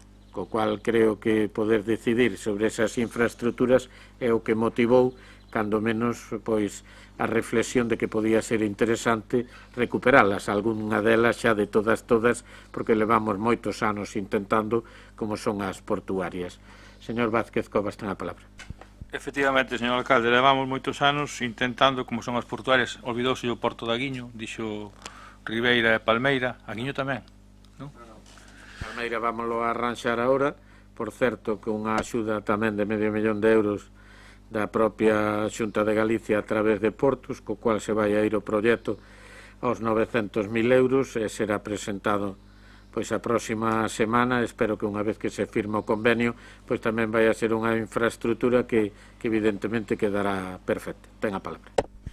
Bueno, entendo que isto é o inicio do expediente, que é pedirllo, non? Ora, eles teñen que contestar con as condicións, nós teremos que miralas, teremos que facer os números, teremos que decidir, claro, os recolleremos, se os recollemos será en perfecto estado de revista, despois de habelos preparado e arreglado, e non sei se isto incluye tamén pois unhas cantidades para mantenimento, o mellor tamén non as teñen que pasar, habría que falalo, non? Porque se era terreno portuario, e agora vai deixar de selo, e temos que facer nós en a súa administración, pois o mellor igual temos dereito tamén a ter algo. Bueno, de todas maneiras, señor alcalde, aquí hai unha que é a que non se nomea. Eu estou-me lembrando de cando fixemos aquela proposta para o POS en Oleiros, que era, creo que era a 7403, que vai do Oleiros do colexio, o Caping, creo que fixéramos nós para arranxar as beiras rúas e todo isto, e que a Diputación non nos deixara, non sei se se acorda. Era a... Exactamente. Se lembra que non nos deixara a Diputación? Sí, non nos deixou ampliála. Non nos deixou ampliála. Sí, sí, correcto. Ao mellor podíamos tamén solicitala, porque despois xa veríamos o... Bueno, pois se non? estudiará. Entonces tamén Canto pode... máis sumemos... Sí, sí. Teña en conta que quixemos actuar ali e nos dixeron que non. E quixemos actuar porque era necesario, porque había bastante tránsito de persoas e todo eso, non? Entonces que o miren, por favor, que o estudien, se é posible, pois que se solicite tamén, non? Que por pedir. Bueno, e máis nada, nós imos a votar a favor. Non sei, teñen algunha previsión de cando se resolverán estes expedientes? Bueno, o da Diputación falouse na visita do presidente, a verdad que non se concretou moito máis, falouse co responsable da área, o señor Pequeño, e que a Xunta de Galicia está moi avanzada, a verdad que a Xunta de Galicia, como temos problemas importantes de alineación, sobre todo en Olveira, quería toda a infraestructura desde facer unha inversión alta, que era a infraestructura desde a rotonda do hospital. Aí pareceu excesivo, porque só en esa eran 8 kilómetros, así que o coste, ainda que está impecable, podía quedar por moito tempo. Me parecía que despois, o día que se tuvera que repasar, iba a ser demasiados cartos. E con Portos tamén está moi avanzado, falado, eles tamén están estudiando seguramente alternativas a todo o que pedimos, non sei se o aceptarán nos mesmos términos, dase conta que estamos pedindo a reversión de bastante terreno, incluído onde está o actual auditorio, o mercado municipal, etcétera, etcétera, non? E bueno, en principio está moi avanzado, pero lle irei informando se sale adiante de todas e cada unha das xestións que se vayan facendo e das contestacións que nos dan. Señor Vila, está a palabra. Gracias, señor alcalde. Bueno, temos sobre a mesa este expediente de solicitude de desafectación dos enclaves. Gracias, señor alcalde, por precisar a localización exacta das vías que se van a desafectar, porque tiñamos aquí algunhas dudas con respecto a Buenos Aires e con respecto tamén á Avenida do Ferrol. Bueno, sabes o que usted se compromete tamén a manter en bo estado ditas vías, unha vez que se podan recoller, e tamén comentou algo sobre a estimación de gastos, algo que votábamos un pouco en menos, un informe de intervención sobre o custe que podría ser estimativo do mantemento de ditas vías. Realmente, bueno, se comentou tamén que era por razóns competenciales derivadas do PEXOUN e de infraestructuras. Estas son todas en vías urbanas. A que comentaba o señor Vázquez realmente sería en zona rural, non sei hasta que punto podría ser. O que si votamos de menos é a Rúa Manzanares, que habíamos comentado de solicitala tamén a Valentín cando estuvo aquí. Realmente considero que debía de entrar dentro desto tramo que vai de Romero Ortiz hasta Fontán. E sin moito máis, pois gracias e vamos a votar a favor. Curiosamente, o tramo que vostede di, a carretera figura xusto no entronque de Manzanares ca actual, no Touro, a competencia da Diputación, co cual, despois de tantos anos de non utilizala, pois simplemente deberon abandonar ou algo, porque non lle figura como que sea da Diputación nin nos seus propios...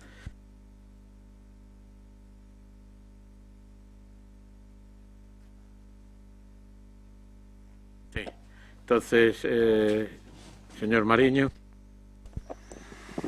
Muchísimas gracias, señor alcalde. Pues gracias a su talante democrático tan demostrado aquí en este pleno, nos deja intervenir con suficiente tiempo. Pero, de todas, no creo que me voy a alargar demasiado. Aquí, como nos dice usted, hay gestiones con la Diputación de La Coruña, gestiones con la Xunta de Galicia y Portos. Supongo que en las gestiones con la Diputación el señor Vilas y el señor Cobas ayudarán, como no podía ser de otra manera, y en la Xunta y Portos supongo que si le escuchan a usted también pondrá su grano de arena. Nosotros, el Partido de Balanza Independiente como partido local, todo lo que sea dar mejoras al bienestar de los vecinos, gestionar calles, zonas, desde la Administración, más próximas, como es el Ayuntamiento, estaremos siempre, como no podía ser de otra manera, a favor. Los vecinos y el Ayuntamiento tendrán más autonomía y los vecinos una mayor rapidez muchas veces en gestionar temas. En este momento, ya desde el propio Concello del Ayuntamiento, estamos gastando dinero ya de los vecinos, entendemos, en el mantenimiento de esas zonas, al ser desatendidas ya en numerosas ocasiones por esas administraciones, de las que estamos hablando, bien sea en limpieza o de otras maneras posibles. Ahora bien, nosotros hacemos hincapié en que si se cogen estas zonas en cuestión, se hagan las pertinentes negociaciones para una compensación a fin de contribuir al gasto de mantenimiento que se va a ocasionar a partir de ese momento. Diferentes temas como alineaciones, temas de terrazas, etcétera, etcétera, serán las gestiones mucho más fáciles para el ciudadano tratando directamente con la administración más cercana, sin buscar tantos vistos buenos como hasta ahora. Como ha dicho aquí el señor Cobas, esto es un inicio y después hay que ver los informes oportunos y de qué manera se produce esa desafectación. Esperando que después de ver esos informes pues se actuaría en consecuencia. En fin, solo recordarle que siga mejorando su talante con los grupos políticos de este pleno, al igual que en las ruedas de prensa. Nada más, muchas gracias. Sí, señor. Si algo tiene este alcalde desde fai moito tempo, o talante que lle falta a vostede. Fai un momento acabo de demostrar o seu grupo, o sea que non se preocupe que eleccións a min vostede de democracia ainda lle queda por recorrer moito para darme a primeira. Señora San Pedro. Gracias, señor alcalde. Pois é habitual, como xa se comentou, que neste pleno ou mesmo nas conversas e nas peticións do día a día cos veciños do noso concello pois se poñan de manifesto certas eivas, certas preocupacións, pois nunha serie de viais que exceden das competencias municipais por ser neste caso de titularidade ou ben autonómica, ou ben provincial, ou ben de outras entidades como Portos de Galicia. Hoxe traemos aquí 3 propostas ben diferenciadas que se corresponden con algo máis de 7 km lineais nas dúas iniciais, que son a da Xunta de Galicia e da Diputación, e que creo que a súa transferencia ao Concello solucionaría bastantes problemas aos nosos veciños. Falábase do tema das alineacións, falábase do tema da axilidade das licencias, das terrazas, en fin, en claves, ademais, todos eles 100% urbanos, nos que o Goberno Municipal, pois dende o Goberno Municipal pretendemos que de sair adiante faránse esas xestións que xa comentou o alcalde previamente para que de xeito satisfactorio para o noso municipio pois resulten en bo estado pois tanto esas infraestructuras e que supoña pois que no momento de recepcionalas queden pois planchadas e que pois nos próximos 10 anos o mantemento sexa nulo ou prácticamente nulo. Estamos tamén a falar dos seguintes tramos, non? Se falaba aquí por parte da Diputación de 3 tramos en Aguiño que basicamente pois interesan tamén por seguridade, por velocidade, como xa se ten falado en diferentes conversas, pois que son ese tramo do Colexio ao Porto que gracias ao talante do señor Mariño no seu momento tamén quedou feito un zafarrancho, do cruce do Vitoria ao Bar Cruce, por entendernos, e do Bar Cruce á Rúa da Cerca. A maiores, e tamén co mesmo obxectivo, pois solicítase en Ribeira ese tramo de Romero Ortiz, que en un principio estaba pensado facerse ata a zona de Carqueixa, se mal non recordo, pero esa carretera da Diputación remata en Martín máis ou menos a altura do Lavadoiro, polo tanto, faríase completa. Nos tramos pertencentes á Xunta de Galicia atópanse o que é a Avenida de Ferrol, de Rotonda León de Padín a Rotonda do Barco, e tamén de Teira a Corrubedo. Ademais de facer pois o uso diario máis fácil aos veciños, como ben comentaba antes, e de facilitar pois todos esos trámites relacionados con actuacións e accións non só para os veciños, tamén para o propio Concello, que moitas veces pois sempre está dependendo de informes sectoriais, pois faríanos a vida un pouquiño máis fácil e máis áxil, non? Xa que todas esas competencias pois pasarían ao ámbito municipal. Como terceira petición prodúcese tamén preténdese dar carpetazo pois a 2 vellas demandas, que son as demandas portuarias, non?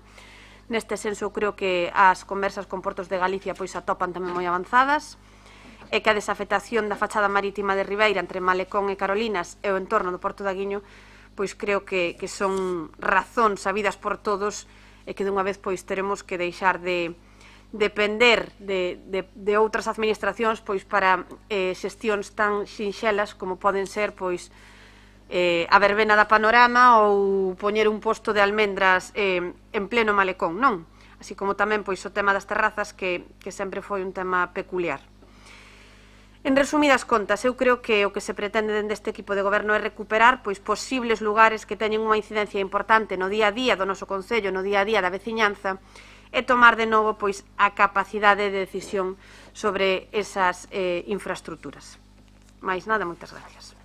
Gracias. Entonces, si lle parece, iremos punto por punto solicitando a votación dos mismos. O primeiro sería o punto 8, que ten que ver cas estradas da Diputación, é dicir, do Peirao de Ribeira a Martín, Ribeira a Aguiño por Castiñeiras desde o cruce de Castelao hasta o cruce, de Aguiño a Carreira pola Graña desde o cruce á Rúa da Cerca, e de Ribeira a Aguiño por Carreira desde o cruce que vai ao colexio hasta a entrada do Porto de Aguiño. Votos a favor dos mesmos? Abstencións? Queda aprobado por 19 votos a favor, unha abstención. Perdón, señor alcalde, a suxerencia que fixen de Doleiros non se vai polo menos a contemplar, a mirar se é posible? Sí, miraremos as posibilidades que existen. Esa é unha carreteira que ten tamén os seus 3 kilómetros, ir mirando. Ahora que vamos a negociar é nas condicións nas que nos deixan, para que nos próximos 10 anos non houbera que tocalas prácticamente, non? Pero bueno, se pode estudiar, eu me comprometo a estudiarlo con vostede. Señor alcalde, sí, diga, acaba señor de comentar ahora que a 7305 que é de Aguiño a Carreira, pero aquí a foto que temos é desde o Porto de Aguiño hasta o cruce, hasta o grupo escolar, perdón. Hasta o grupo escolar, sí. Desde o Porto de Aguiño. Sí, pero non chega ao Porto, é dicir, acaba xusto na confluencia na Casa do Mar. América. Sí, ca entrada de América, efectivamente, da Rúa das Américas. O seguinte é o punto 9, en este caso son as dúas que teñen que ver ca Xunta, é dicir, a avenida de Ferrol, de rotonda a rotonda, e a C303, que vai do Leiros a Corrubedo, que sería desde o lugar de Teira hasta o que é o Faro. Entonces, votos a favor da mesma. Abstencións, queda aprobado tamén por 19 a favor, unha abstención. O punto 10 sería o Porto de Aguiño, excluindo lógicamente o que ten uso portuario. Votos a favor do mesmo? Pois, en este caso, unanimidade. E o punto 11 sería Malecón e Carolinas, bueno, incluindo tamén a parte de Bando Río, que donde empeza, digamos, a competencia de portos. Votos a favor? Pois tamén unanimidade. Irelles informando das gestións de en que condicións se poderían dar ese traspaso desas afectacións, é dicir, o compromiso destas administracións co que é a desafectación nas obras que vayan facer, e polo tanto mañán despacharei co señor secretario a forma en que se pode levar a cabo mellor o trámite sin que poda causar ningún tipo de prexuicio este concello. Pasamos xa ás proposicións. A primeira viña de atrás do señor Ferrón sobre o fomento da accesibilidade con persoas con discapacidade, o cal tamén hai unha enmenda. Ten a palabra o señor Ferrón. Grazas. Ben, a proposición que, bueno, neste caso incluso ten unha serie de acordos que se alongan no período dos acordos, e entón, para evitar proceder a sola exclusiva lectura da proposición, que non sei se me daría tempo, quixera facer reflexións relacionadas con eso. En todo caso, o que é a proposición está, como non podía ser de outra maneira, nas mans das señoras concelleiras e concelleiros con anterioridade suficiente a este pleno. Ben, falamos de accesibilidade e, na nosa opinión, é a privación da accesibilidade que a cada ámbito a que implica en moitas ocasións negación de dereitos, non? E que esa falla de accesibilidade ten como resultado a perpetuación e crecemento de distintos tipos de desigualdades de índole educativo, o económico, sanitario, cultural, de ocio, de mobilidade, e son circunstancias que afectan a privación da accesibilidade que tanto afectan o que é o sector público como o privado. Parece lóxico, evidente, que debemos traballar todas pola instauración real da igualdade de servicios para todas e para crear unha maior autonomía persoal universal para toda a cidadanía e facendo fincapé na minoración de dificultades comparativas que teñen que afrontar as persoas con disfuncionalidades, con distintos tipos de disfuncionalidades. E ben, no contexto legal vixente é claro que e está legalmente establecido que debemos de velar sempre por procurar as mesmas oportunidades a toda a cidadanía, pero non é un caso exclusivo isto, lamentablemente, non, e en moitos casos, pero neste tamén, non é a carencia dunha legislación básica a que dificulta ou impide a equiparación en dereitos. E sin restar importancia tampouco, que é importante a concienciación social, nosotros o que buscamos, o que se busca modestamente con esta proposición é facer fincapé na necesidade de un compromiso de adquirir compromisos concretos con partidas presupuestarias explícitas relativas á mellora da mobilidade e da accesibilidade e tamén un compromiso de auditoría periódica dos investimentos executados. Por que? Aquí non se presenta nesta proposición, para aclarar, aínda que supoño que xa os que tiveron acceso a ela o verán claro, non se trata tanto de decir que non estamos en condicións de facelo nós, ni nos corresponde que porcentaxe de presupostos, que partida presupuestaria concreta terá que ir adicada a o que aquí se reclama, senón de que sexa facilmente controlable, fiscalizable, detectable, que o que se decide adicar en este campo, non? Isto é que nos parece importante de cara a isto e que, ben, nosotros pensamos esa nosa percepción, non? De que non é unha percepción exclusiva, por suposto, das integrantes de Suma Ribeira, é que compre, é moi necesario potenciar un cuidado adecuado das infraestructuras existentes, que continuamente está vendo queixas de que é custoso manter as infraestructuras existentes, pero eso sí que é unha necesidade, non?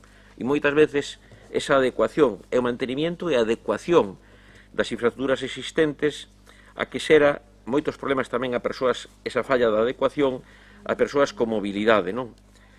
E ao mellor, algunhas actuacións que se piden neste campo, que non son para executalas en todo o Concello, poden ser intervencións que teñen un certo coste, un coste importante, pero quizás o mellor hai que tomar a decisión política ou someter a debate a decisión política de que, se fose necesario, igual a dedicación imprescindible a mellora do estado destas infraestructuras, da adecuación destas infraestructuras a persoas con problemas de accesibilidade, pode igual ter que ir en detrimento de grandes obras novas.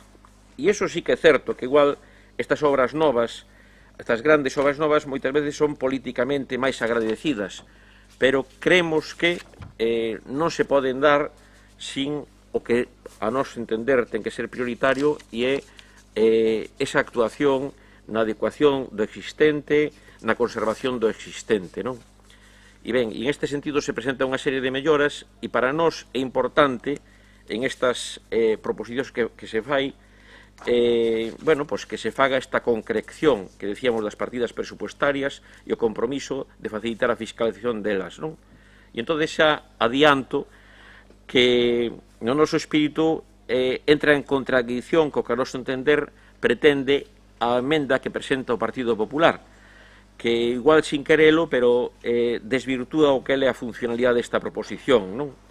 Esa proposición que se presenta levaría a un acordo xenérico, si se quere ou se pode falar un pouco, non sei se poéticamente, un acordo espiritual, sin concreción orzamentaria e dificultaría un análisis do grau de compromiso, non? E claro, por proposicións que fagan resolución, digamos, e xa remato, que fagan referencia dunha maneira máis xeralizada, sin compromisos concretos, xa hai aprobadas outras, e en concreto, e remato, unha que xa fíxense vostedes nas datas, con data de 18 de xuño do ano 2007, repito, o que foi compañeiro desta corporación por parte do PSDG-PSOE, José Antonio Novo Arromai, xa presentou unha proposición que foi aprobada e que xa falaba de que se aprobase a realización dun plan de accesibilidade universal e dunha serie de temas que, por certo, unha proposición moi interesante e que me parece unha aportación importante, pero que seguramente non contribuí no ano 2007, desde o ano 2007, que se fixese eso, e agora se nos fala dun plan de mobilidade universal do ano 2016 ou 2026, ou algo así nesa proposición. En fin, xa, está aí, sí, pero está aí, esta proposición era no 2007. En todo caso, non é incompatible unha cousa con outra, e o que se pide, o que busca o espírito desta proposición, é o que intentei defender con anterioridade. Moitas gracias. Solo para a información dos presentes, concello de menos de 50.000 habitantes en Galicia que teñan plan de mobilidade e plan de accesibilidade, solo Ribeira. E concellos en toda España con menos de 30.000 con mobilidade, cando o fixemos non conocía a ningún, seguramente sempre hai algún por aí co plan de mobilidade ou de accesibilidade, hai moitos, Ribeira ten os dous. Señor Vázquez Covas, ten a palabra. Señor Luís Pérez, ten a palabra. Ben, pois dentro do Bloque Nacionalista Galego estamos a favor, non, desta proposición de Suma Ribeira, porque entendemos que a accesibilidade é un tema prioritario no que todos e todas debemos traballar. Digo que é prioritario porque implica que moitas persoas, non só as persoas con mobilidade reducida, senón calquera veciño e veciña, pois teñen uns inconvenientes á hora de facer as súas tarefas diarias, calquera que sexa, non? E quero poñer un exemplo. O Malecón de Ribeira. O Malecón de Ribeira é un exemplo dunha obra nova que debería ter e que facilitar o tránsito peonil e está a supoñer unha barreira arquitectónica que lle dificulta a vida ás persoas con mobilidade reducida e tamén ás persoas maiores que poden estar pois paseando por esa zona, non? Vemos como hai unha beirarrúa que separa a zona do Recheo da zona propiamente urbana e da hostelería, e a beirarrúa central vemos que segue tendo pois peldaños e problemas de arquitectura graves, cando é unha obra pois moi recente, non? Pero isto non pasa porque sí, pasa porque hai unha falta de planificación por parte do Partido Popular que temos que padecer despois calquera veciño e veciña que transitemos por esas beirarrúas. E xa digo, non só implica molestias para as persoas con mobilidade reducida, evidentemente para estas persoas as molestias son moito maiores e moito máis graves que para calquera outra persoa, pero calquera outra persoa pois tamén se ve prexudicada, porque todos e todas podemos tropezar ou todas e todos podemos ter pois incapacidades temporais que nos impiden pasar por esa rúa, non? Como ben digo, Ribeira ten que camiñar cara mellorar a planificación das súas infraestructuras. Dentro do Bloque Nacionalista Galego témonos reunido nalgúna ocasión con Ámbar e con Cogami e así non lo teñen trasladado, non? Temos feito unha posta en común das ideas e dos proxectos e todos cadrábamos no mesmo sentido. A planificación da cidade é fundamental e E cando digo da cidade tamén me estou incluindo as parroquias, porque nas parroquias tamén é necesaria a accesibilidade para todas as persoas maiores que viven nelas e que necesitan tamén que non haxa beirarrúas demasiado altas ou problemas atrancos a hora de camiñar polas beirarrúas, como pode ver, por exemplo, en Castiñeiras, onde hai postes que literalmente che fan baixar da beirarrúa e tes que transitar pola calzada porque senón non podes pasar. Entón, ese tipo de cuestións que estén pasando hoxe en día débese a unha falta de planificación por parte do goberno, e iso hai no que atallar. Eu convídolles a visitar Carballo, Pontevedra, Ponteareas, Moaña, calquera cidade gobernada por Bloque. A planificación en accesibilidade é fundamental, e todas as obras novas que se fan teñen criterios de plataforma única, é dicir, non hai dous niveis na mesma rúa, iso sempre que sexa posible. E nós vemos que en Ribeira camiñouse nese sentido nas rúas próximas a Casa do Concello, pero non se fixo noutras rúas. Non entendemos por que non se fixo, non. Evidentemente non sempre se pode facer, pero sí se pode facer en moitas rúas que non se fixo a pesar de teren obras recentes realizadas, non. Dende o BNG creemos que, xa digo, que é indispensable promover o criterio da plataforma única, como se estivo facendo nas últimas obras recentes na Avenida de Lugo, na Rosalía de Castro ou nas obras próximas ao Concello, pero hai no que estender a moitas máis rúas da cidade e tamén das parroquias. Como digo, tamén as parroquias necesitan mellorar a accesibilidade de maneira importante.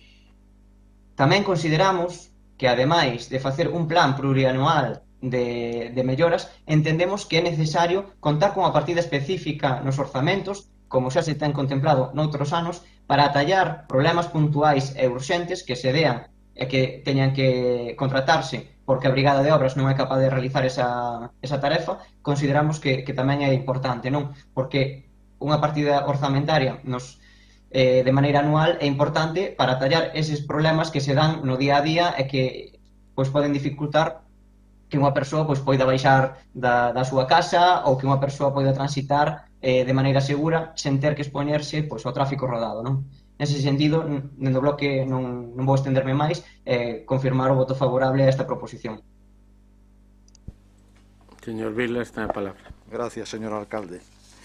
Bueno, nos encontramos cunha proposición ben enfocada e ben presentada aquí polo compañeiro Xurxo Ferrón.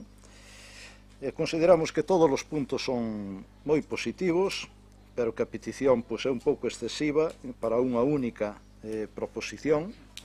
Aquí habría que entrar tamén en sinais acústicas, luminosas, nas entradas de garaxes, outras historias para as persoas con problemas visuais, por exemplo, ou tal.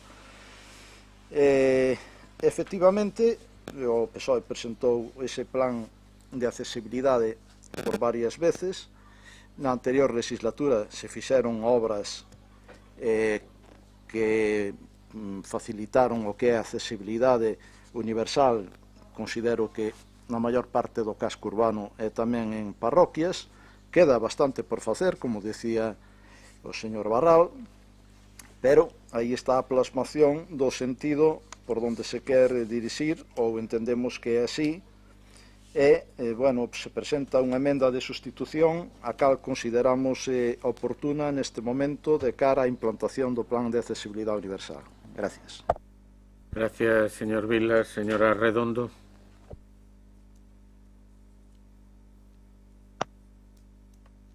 Se me escoita? Se lle escoita, pode falar. Dende o PBBI consideramos que esta moción nos parece de vital importancia e consideramos que é imprescindible darlle unha mellora de calidade e independencia ás persoas con mobilidade reducida para o desenvolvemento da súa vida cotiá, xa que non ten de obxecto a discriminación social nin a privatización de participación no noso municipio. Dista exclusión social, como dicía o señor Ferrón na súa proposición, vémola sobre todo no transporte público, nas pavimentacións das vías e sobre todo nas parroquias, como ben dicía Luís, que a moita xente en Palmeiras, sin ir a máis, na Rúa do Vilar, contra o final, onde está o que chaman o Piñón. En frente do Bar Betanzos hai uns containers na acera onde, por exemplo, o chico que é cuñado da chavala de Ámbar, e que ahora non me sale o señor, bueno, non me sale ahora o nombre, este chico ten que baixar da acera á carretera para poder chegar á farmacia, porque están xusto os containers na acera e non pode pasar por diante deles. Eu creo que debemos de garantizar a calidade dos nosos veciños, pagan impuestos como todos, e sabemos que o Concello fai actuacións a prol a hora de integrar as persoas no ámbito laboral, pero sí que votamos en falta a hora de eliminar barreras arquitectónicas, e sobre todo nas obras novas. Teríamos que mirar un pouco de cara ao futuro dos nosos veciños. Nada, sin máis nada,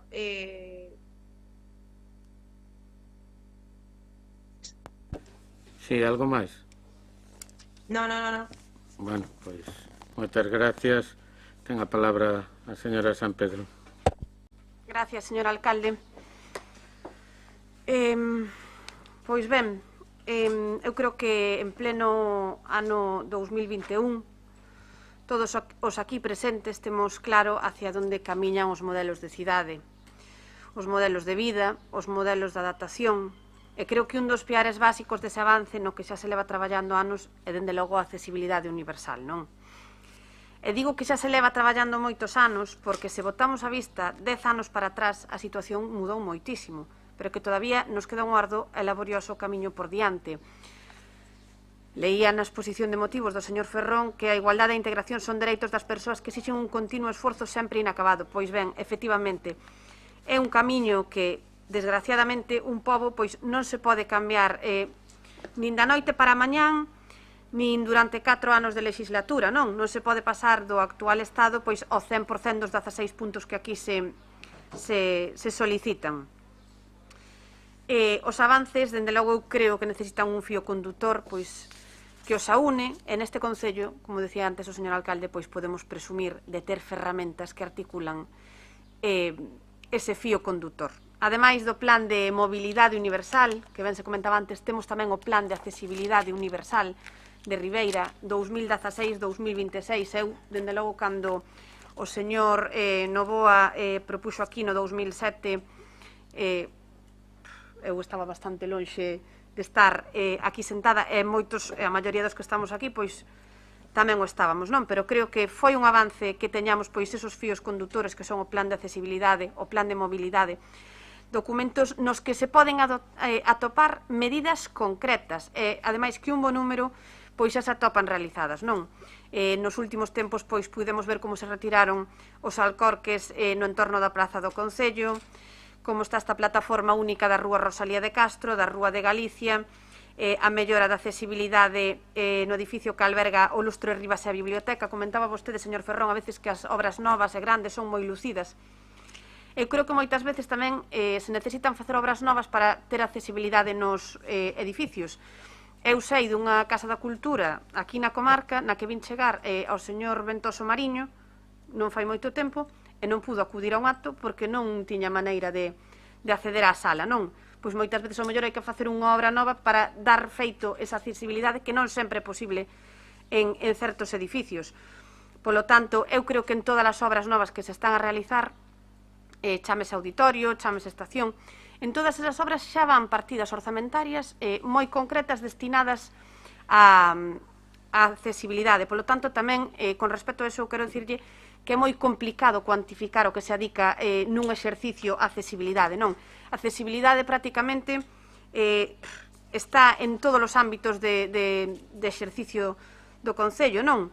Eu quero recordar tamén esas rampas de acceso nos cemiterios, esos rebaixes de beira rúas, non só no casco de Ribeira, sino tamén se levan a cabo nas parroquias. En Castiñeiras non só hai que ver onde están os postes que efectivamente empresas alleas ao Concello teñen colocado, sino que tamén hai outras zonas en Castiñeiras que teñen plataforma única.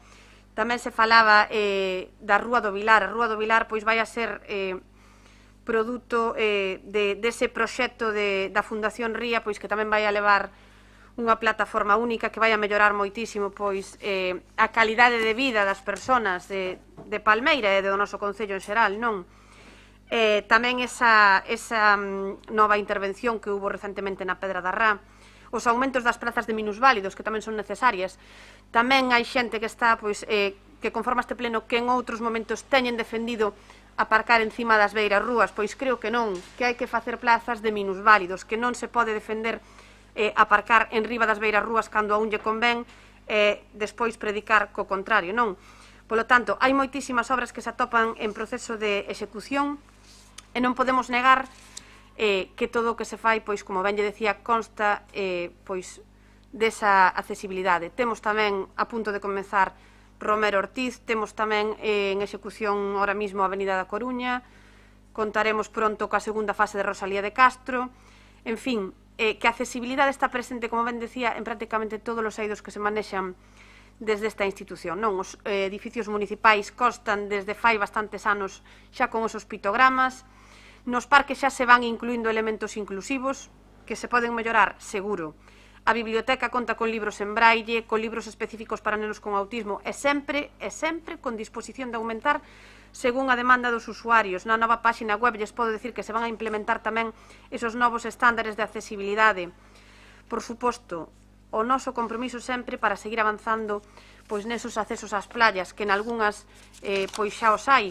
Tamén comprometémonos a incorporar pois novas illas de anfibios, e nós estamos sempre dispostos, estamos abertos pois a todas esas aportacións que saen, que se acordan tamén na mesa de peatonalización, que na mesa de peatonalización non só estamos os concelleiros, tamén hai técnicos municipais, tamén hai representantes da Asociación Ámbar, da Asociación Amicos, tamén señor Vázquez Covas, que se me escapaba. Mire, falaban antes de visitar Carballo, de visitar Moaña, de visitar, bueno, as cidades ou as vilas que están pois gobernadas polo Bloque Nacionalista Galego.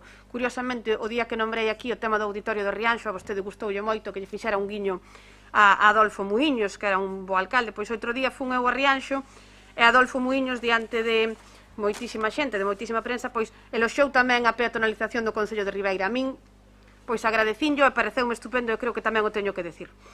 Así que creo que nós tampouco estamos facendo tan mal. Eu agardo, señor Ferrón, que sexa vostede consciente, ademais, de que todos estes puntos que presento aquí necesitan sempre dun respaldo económico, non? E, a verdade, seguramente con ese 1 millón de euros que deixamos escapar hoxe coa depuradora, poderíamos executar moitos destes puntos, pero vamos, polo tanto, o noso compromiso vai a seguir sempre o de mellorar, o de incrementar, o de implementar as medidas en prol da igualdade, en prol da integración. Eu agardo que a nosa enmenda pois poida aunar todos esos puntos e que ademais ese compromiso que nos mostramos hoxe co que nos propón pois tamén sexa recíproco cando presentemos aquí as contas e sean unhas contas nas que poder seguir materializando accións encamiñadas á mellora de vida das nosas veciñas, dos nosos veciños e ademais con ese fío conductor que son estes plans que vostede sempre reclama, señor Ferrón, e creo que neste caso vimos avalados non por un, sino por 2 plans. Moitas gracias. Señor Ferrón, ten a palabra. Sí, vamos a ver, imos ver unha cousa, nesta proposición en ningún momento, como nada que proposicións que son, digamos, ambiciosas nos seus plantexamentos, se está dicindo que cantidade de esforzo económico se ten que dedicar a solucionar cada un dos temas. O que se está pedindo fundamentalmente é que nun exercicio de transparencia se facilite sobre un tema que nos parece fundamental, que se xa transparente para o resto dos concelleiros que non formamos parte do equipo de goberno e para a cidadanía en xeral, que se saiba canto se está investindo anualmente en reparar desfeitas a accesibilidade que hai, por exemplo, moitas beirarrúas de moitas parroquias e da cidade de Ribeira. Ainda non hai moito tempo, unha familiar me visitou que tiña que andar en cadeira de rodas e nos foi casi que imposible pasear por carreira. Casi que imposible. E gracias a que, bueno, pues un ten familiares que están en moi bo estado físico e entón de 2 personas esforzarse en poder salvar os desniveis para pasar os pasos de peóns, para salvar as beiras rúas, bueno, un desastre perfectamente para iso. E iso, evidentemente, que non se pode solucionar nunha legislatura de na noite para mañán, pero que sí que se pide é nun exercicio de poder facer todos un traballo máis transparente, decir, canto se está investindo en que se reparen eses atentados contra a accesibilidade das persoas. Donde está un estudio que priorice, porque se teña detectado, de que en donde hai persoas que están vivindo con mobilidade reducida e cando menos, con prioridade, no seu entorno se reparen esas beiras rúas. Porque sin ánimo de dramatizar, que non me corresponde no meu estilo facer isto, podemos estar, en algúns casos, estar case que condenando a esas persoas a non ter un mínimo de autonomía para poder desenvolverse por na súa parroquia, no entorno da súa cidade. E entón, en base a eso, que se plantexa isto, non? E como ben lle dixen antes, vamos a ver, se está dicindo, hai unha proposición que tuve nas mans hai pouco, que creo que foi aprobada no Concello de Boiro, creo non foi aprobada no Concello de Boiro, que sendo unha proposición, eso é un plan de mobilidade total. Cando, con todos os respetos a dos concellos, que xa bastante me chega con preocuparme polo de Ribeira, de aquí a que podan plasmar todas as exixentes indicacións que aparece en esa proposición, perdón, en esa moción ou esa salió aprobado no Concello de Boiro, pois supoño que haberá un treito, pero teñen un obxectivo marcado, un horizonte marcado, non? Entón, que facer fincapé unha vez máis que o que é fundamental en este caso desta proposición é precisamente un dos elementos fundamentales é de que se saiba transparentemente que se está dedicando ano tras ano a reparar todas as cousas que hubo mal feitas, xa en concreto mal feitas, ao longo de moitos anos, e a veces non hai tantos anos, a hora de desenvolver beiras rúas, de realizar determinadas obras públicas, ou toda unha serie de temas que, bueno, que todos nos que damos conta, temos un concello amplísimo, e xa só para reparar de que sexan accesibles en canto a subidas e baixadas, todas as beiras rúas, por decir algo en concreto, xa me gustaría saber o presuposto que se necesitaría para eso, non?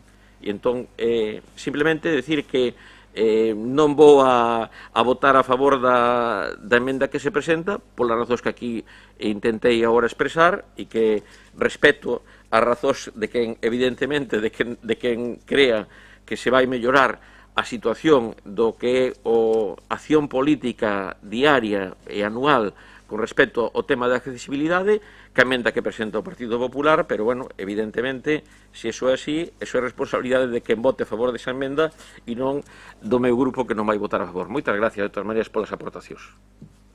Gracias, señor Ferrón. Bueno, eu escoito moito cada vez que se fala do meu grupo e do alcalde.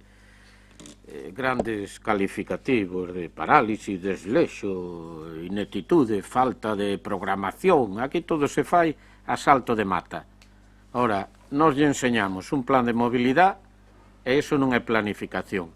Nos enseñamos un plan de accesibilidade e iso non é planificación. Nos temos unha mesa de peatonalización onde se toman acordos e se dan prioridades e iso non é planificación. Aí non sei o que aprobaron en Boiro e deixaron de aprobar. En este plan e no plan de mobilidade participaron sectores sociales importantísimos. Eu vexo todos os días a xente que vai na súa silla de rodas ou no seu vehículo articulado en Ribeira e sempre me falan que prácticamente hoxe chegan a todos os lugares cando fai moi pouquiños anos non se podían mover prácticamente da casa. É verdad que queda moito por facer. En Carreira, por certo, se habían detectado cantidad de cousas que estaban mal feitas e se rebaixaron as aceras. Eu teño un lema, e yo digo a usted, a min me mandan mañán unha foto de unha acera que non está rebaixada, é o primeiro que ao chegar aquí lle vou a decir a Brigada de Obras que faga.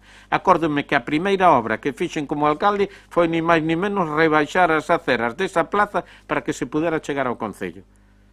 Polo tanto, que me queran, non sei, decir que non teño programación, os feitos están aí. Que me queran decir que non dedico cartos en todas as obras, elévanse, poderán cometer errores. O ano pasado incluso había partidas específicas que pon para accesibilidade dentro dos presupuestos do Concello. Na EDUSI levamos cantidad de cuestións que teñen que ver ca accesibilidade, polo tanto é unha prioridade. E a partir de aí, por eso lle decimos a prioridade que sea a planificación que está feita. Porque se non a emenda podía ser mirarlle das 15 me parecen ben 13 e lle poño 7 máis que se me ocurren, pero que non é que está estudiada toda a falta de accesibilidade en ese concello, e ir levando adiante e meter cartos. Pero hoxe sacáronse 1 millón de euros de cartos. E recordo que cando sacamos a licitación precisamente a parte municipal, en vez de ser no mes de diciembre, acabámosla sacando no mes de febreiro ou marzo, e tamén nos había salido en outros 100.000 euros a cousa. Como parece que eso non se toca, entonces, hoxe vamos a ver o exemplo de cantidad de cousas que se queren facer. O meu compromiso, non sei se son tan bo como o de Pontevedra ou peor. O de Pontevedra nunca tuvo unha maioría absoluta, moitas veces hubo quen tuvo máis votos que el no pueblo, todo eso, vale, igual son uns fenómenos e eu son un negado. O que lle podo decir é meu compromiso de que unha prioridade que vou a ter sempre en este concello é a accesibilidade. E cando se me saque unha foto, que seguramente hai 100 que se poden sacar, pero con que unha persona haya detectado ou pase por ali esa incomodidade, lle podo decir que vou a intentar arreglalo canto antes. E nada máis, hai unha emenda, se empeza votando a emenda, e polo tanto, ese é o procedimento. Votos a favor da emenda, votos en contra, hai empate a 10, teñe que volver a votarse. Votos a favor da emenda, votos en contra, queda aprobada polo voto de calidad. Se lle parece, son as 10 e 10, en media hora exacta, menos 20, continuamos con... Señor alcalde, sí. Home, levamos un montón de plenos acabando ás 11, podíamos seguir porque hai temas aquí como o Club de Remo, que había que tratar. Vamos a seguir hasta as 12. O propio reglamento... Fai falta un descanso realmente, levamos tanto tempo sin rematar. Hombre, eu creo que media hora, que ademais o contempla directamente o reglamento, é dicir, non é unha... Para darse conta que hai temas como o Club de Remo que poden quedar fora, que estamos agardando fai moito tempo por el. Non se preocupe que o Club de Remo, con moción ou sin moción, vais a facer, non se preocupe. Xa non se preocupe usted tanto pola súa moción, e eu sí que me vou a preocupar de cumplir un compromiso que teño con ese club, e incluso teño con vostedes, a pesar de que a financiación era outra. A cuestión é cando? A cuestión é que este ano vaise a empezar esa infraestructura. Pois, un descanso de media hora.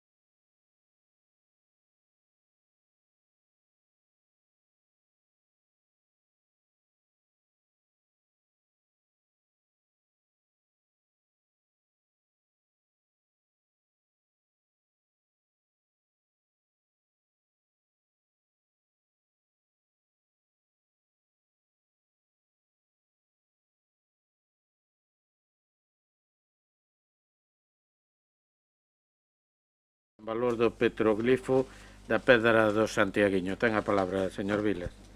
Gracias, señor alcalde. Bueno, paso á exposición de motivos da proposición. No lugar do cantón en Corrubedo atopamos unha pedra moi singular, única, a Pedra do Santiaguiño.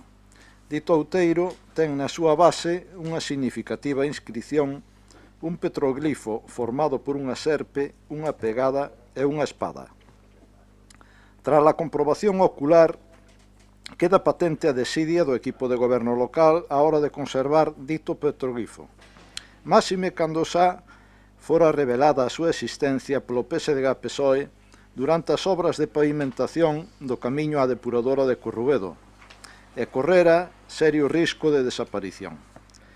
Debido ao incumplimento da normativa por parte da Xunta, a Lei 16/1985 do 25 de xuño do Patrimonio Histórico Español ben de interés cultural a lugares que conteñan manifestacións de arte rupestre e de moitos concellos, Lei de 5/2016 do Patrimonio Cultural, atopámonos con que unha parte considerable dos nosos gravados rupestres corren un risco grave non só de deterioro, senón de desaparición, como ben sinala a Asociación Galega SOS de Arte Rupestre. Os galegos mantemos unha relación paradóxica cos nosos petroglifos. Ninguén nos negará que sentimos como algo noso os deseños que cobren miles de rochas dos nosos montes. Pero igual de certo é que existe un certo descoñecemento, incluso algo de desinterese, cara a un patrimonio que ben podería, por beleza e importancia, ter sido recoñecido pola UNESCO.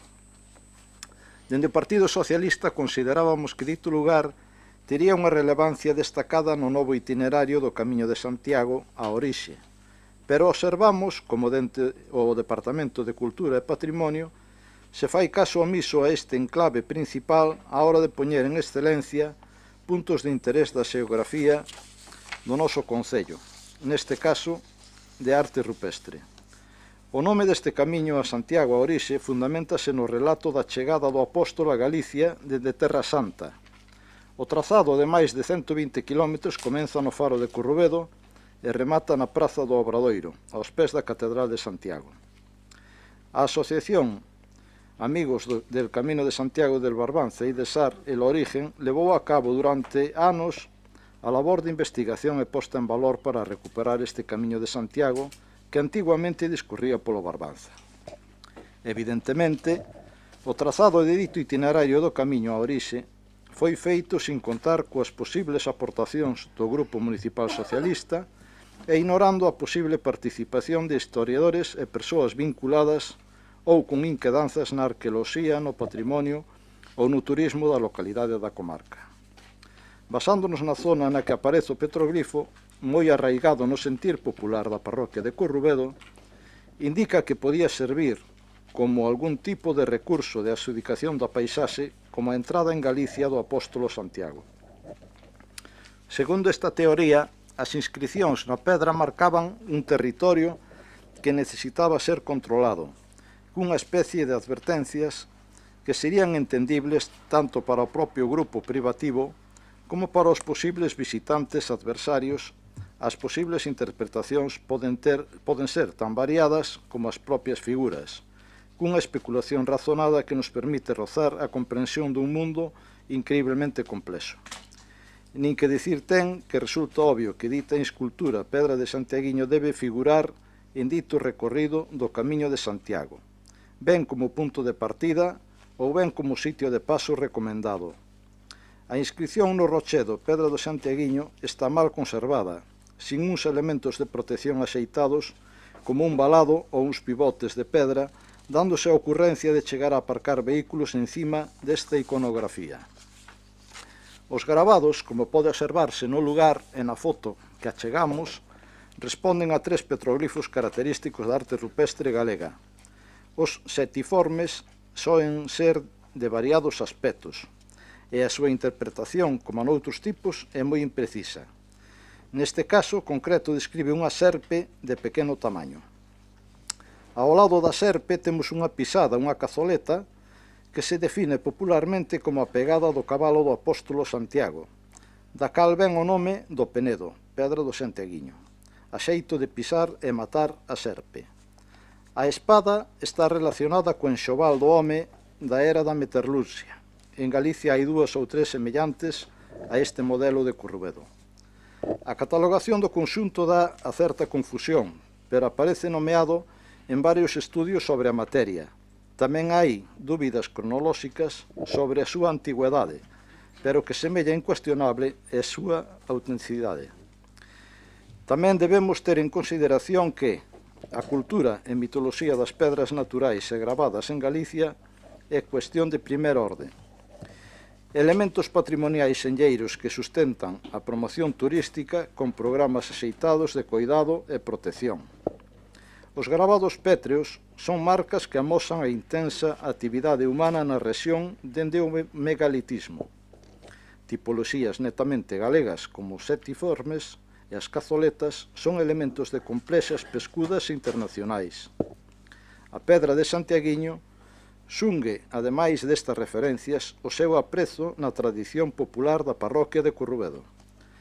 En virtude de todo exposto, o Grupo Municipal Socialista insta ao Pleno da Corporación Municipal ao seguinte acordo: que por parte do Departamento de Cultura, Servicios Técnicos e Turísticos do Concello se proceda a realizar un estudio pormenorizado para a posta en valor do petroglifo Pedra de Santiaguiño, xa que a zona onde se asentan os petroglifos demandan traballos de limpeza e mantemento para asegurar a súa conservación. Segundo, que se teña a ben incluir ou recomendar o lugar da Pedra do Santiaguiño no itinerario do Camiño de Santiago a Orixe, da Mancomunidade Arousa Norte. Terceiro, que se proceda á súa sinalización e protección con elementos axeitados ao lugar e ao elemento a destacar, coa finalidade na recuperación do conxunto histórico e patrimonial do lugar, así como a súa inclusión no inventario de bens e dereitos do Concello de Ribeira e no pexón municipal, no plan general. Gracias. Gracias. Grupos que deseen intervir. Señor Ferrón. Sí. Gracias. Simplemente para agradecer a proposta presentada e ampliamente desenvolvida polo señor Vilas e nada, e amosar que imos votar a favor dela. Moitas gracias.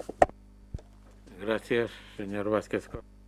Nós tamén imos a votar a favor e se se vai a limpar o petroglifo, por favor, que non se faga con agua a presión, con máquinas que poden acabar de estropealo. Mais nada, moitas gracias. Gracias, señor Vázquez. Hola, boas noites. Bueno, neste caso, como menciona o señor Vilas, a Pedra de Santiaguiño, como aquí indica o seu informe extenso do PSOE, neste caso o señor Vilas, é un monumento de singular e gran valor ao noso concello e seguramente moi descoñecido para a grande maioría dos nosos concidadáns, non? do concello de Ribeira. Debido á cercanía, posto que prácticamente o Camiño de Santiago a Orixe pasa moi cerca, unha mágoa que este non este incluído, dándolle máis peso e quizás máis importancia a esta nova ruta que se trata de desenvolver e de xerar algún tipo de atractivo turístico a maiores no noso concello. Por outra banda, tal e como se mostra, botase falta algún tipo de identificación e sinalización da mesma para que os ribeirenses e os visitantes que veñen á nosa zona pois podan vir a coñecer este pedazo de historia que aquí temos tamén presente no concello. Dende o Partido Barbanza Independiente, fortemente comprometido co desenvolvemento turístico do noso concello, así como co desenrolo desta actividade como unha alternativa laboral, non pode máis que votar a favor deste tipo de mocións nos cales, pois, bueno, se vaya configurando unha oferta turística atractiva no noso concello que permita, pois, obter unha desestacionalización industrial no noso concello. Moitas gracias.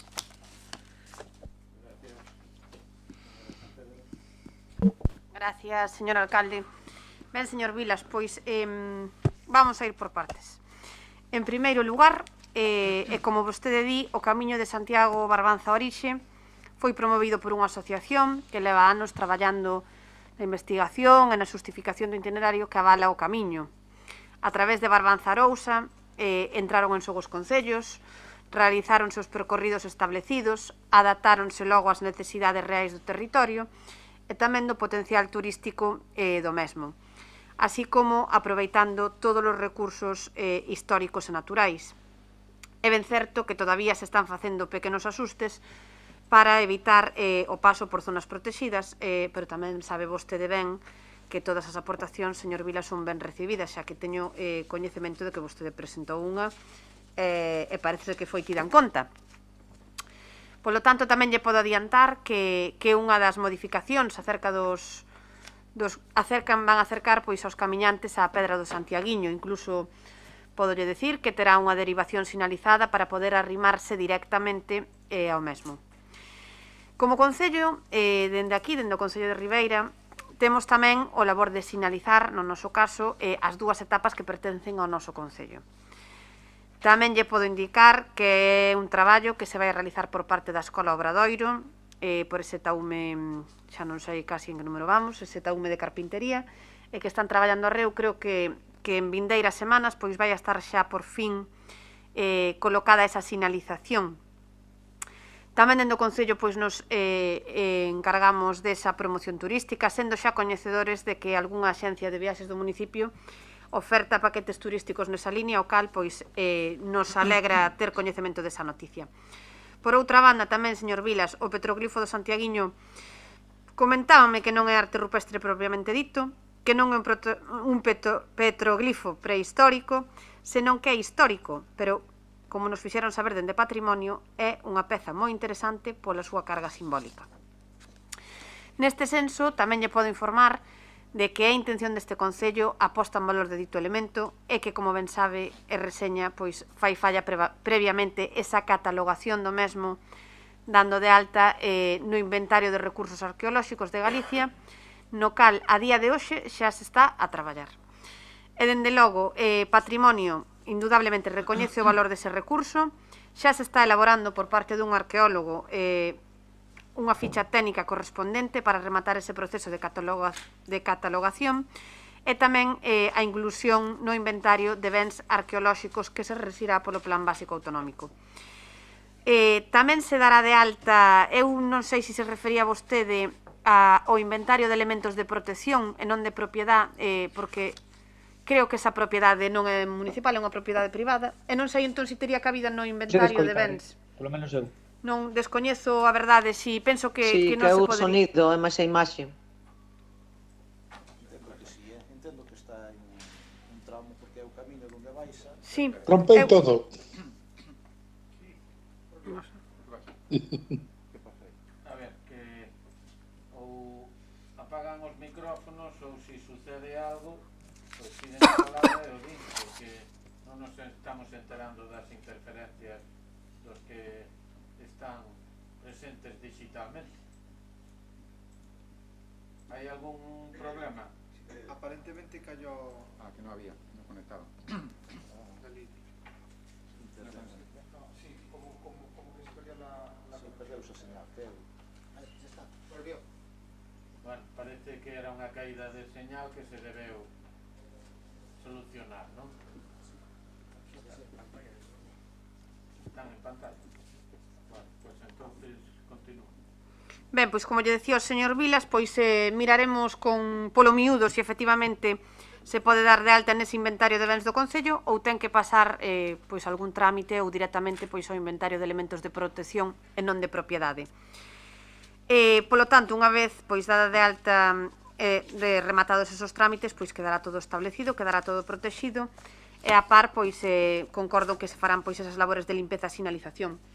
Podo decirlle tamén, señor Vilas, que información pois solicitada desta mesma mañán, os técnicos arqueolóxicos, que son ademais pois expertos nesta materia, están xa redactando a ficha, están axustando o que é a delimitación, porque todo xacemento, a parte de protexerse a si mesmo, pois leva un área de protección ambiental.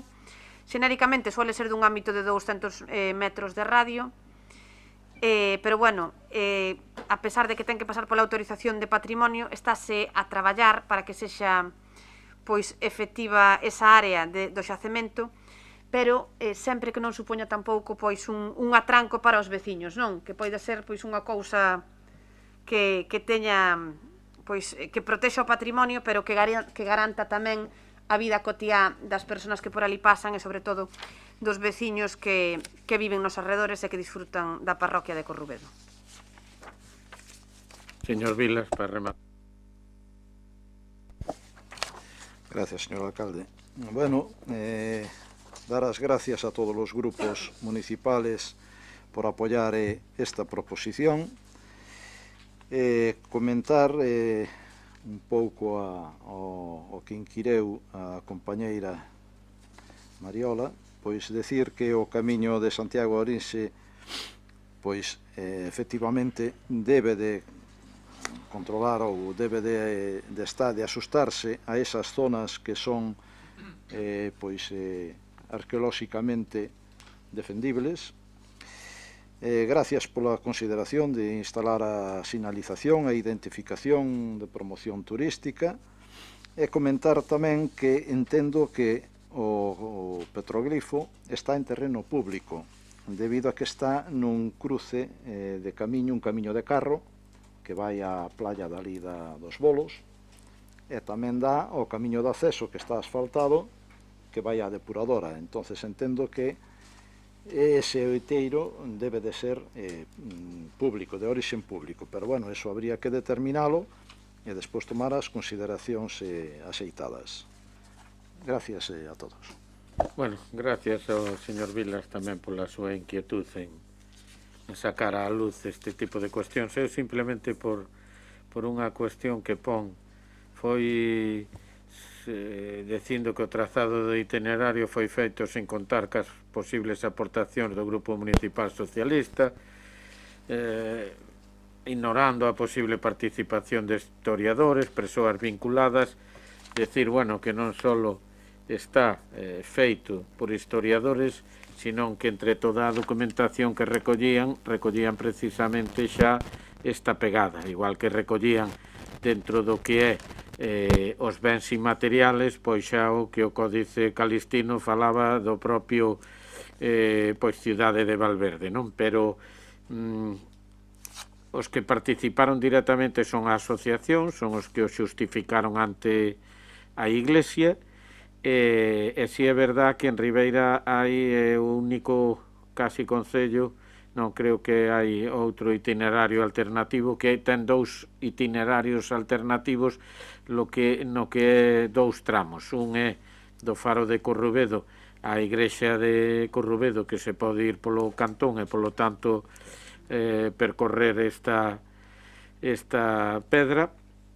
E por outra parte, aquí en Ribeira, que se pode percorrer a zona de Deán e a Carballa e baixar a unir prácticamente máis adiante en Palmeira ou ir pola costa, non? Os dous veñen datados históricamente, o principal é o que vai pola costa, pero se lle dá a xente a posibilidade alternativa de ir polo outro itinerario. Entonces, si lle parece, pasamos a votar. Votos a favor da proposición do señor Vilas, unanimidade. A seguinte do Grupo Popular en defensa da continuidade das operacións de Naturgy. Ten a palabra o señor Pérez Outeira.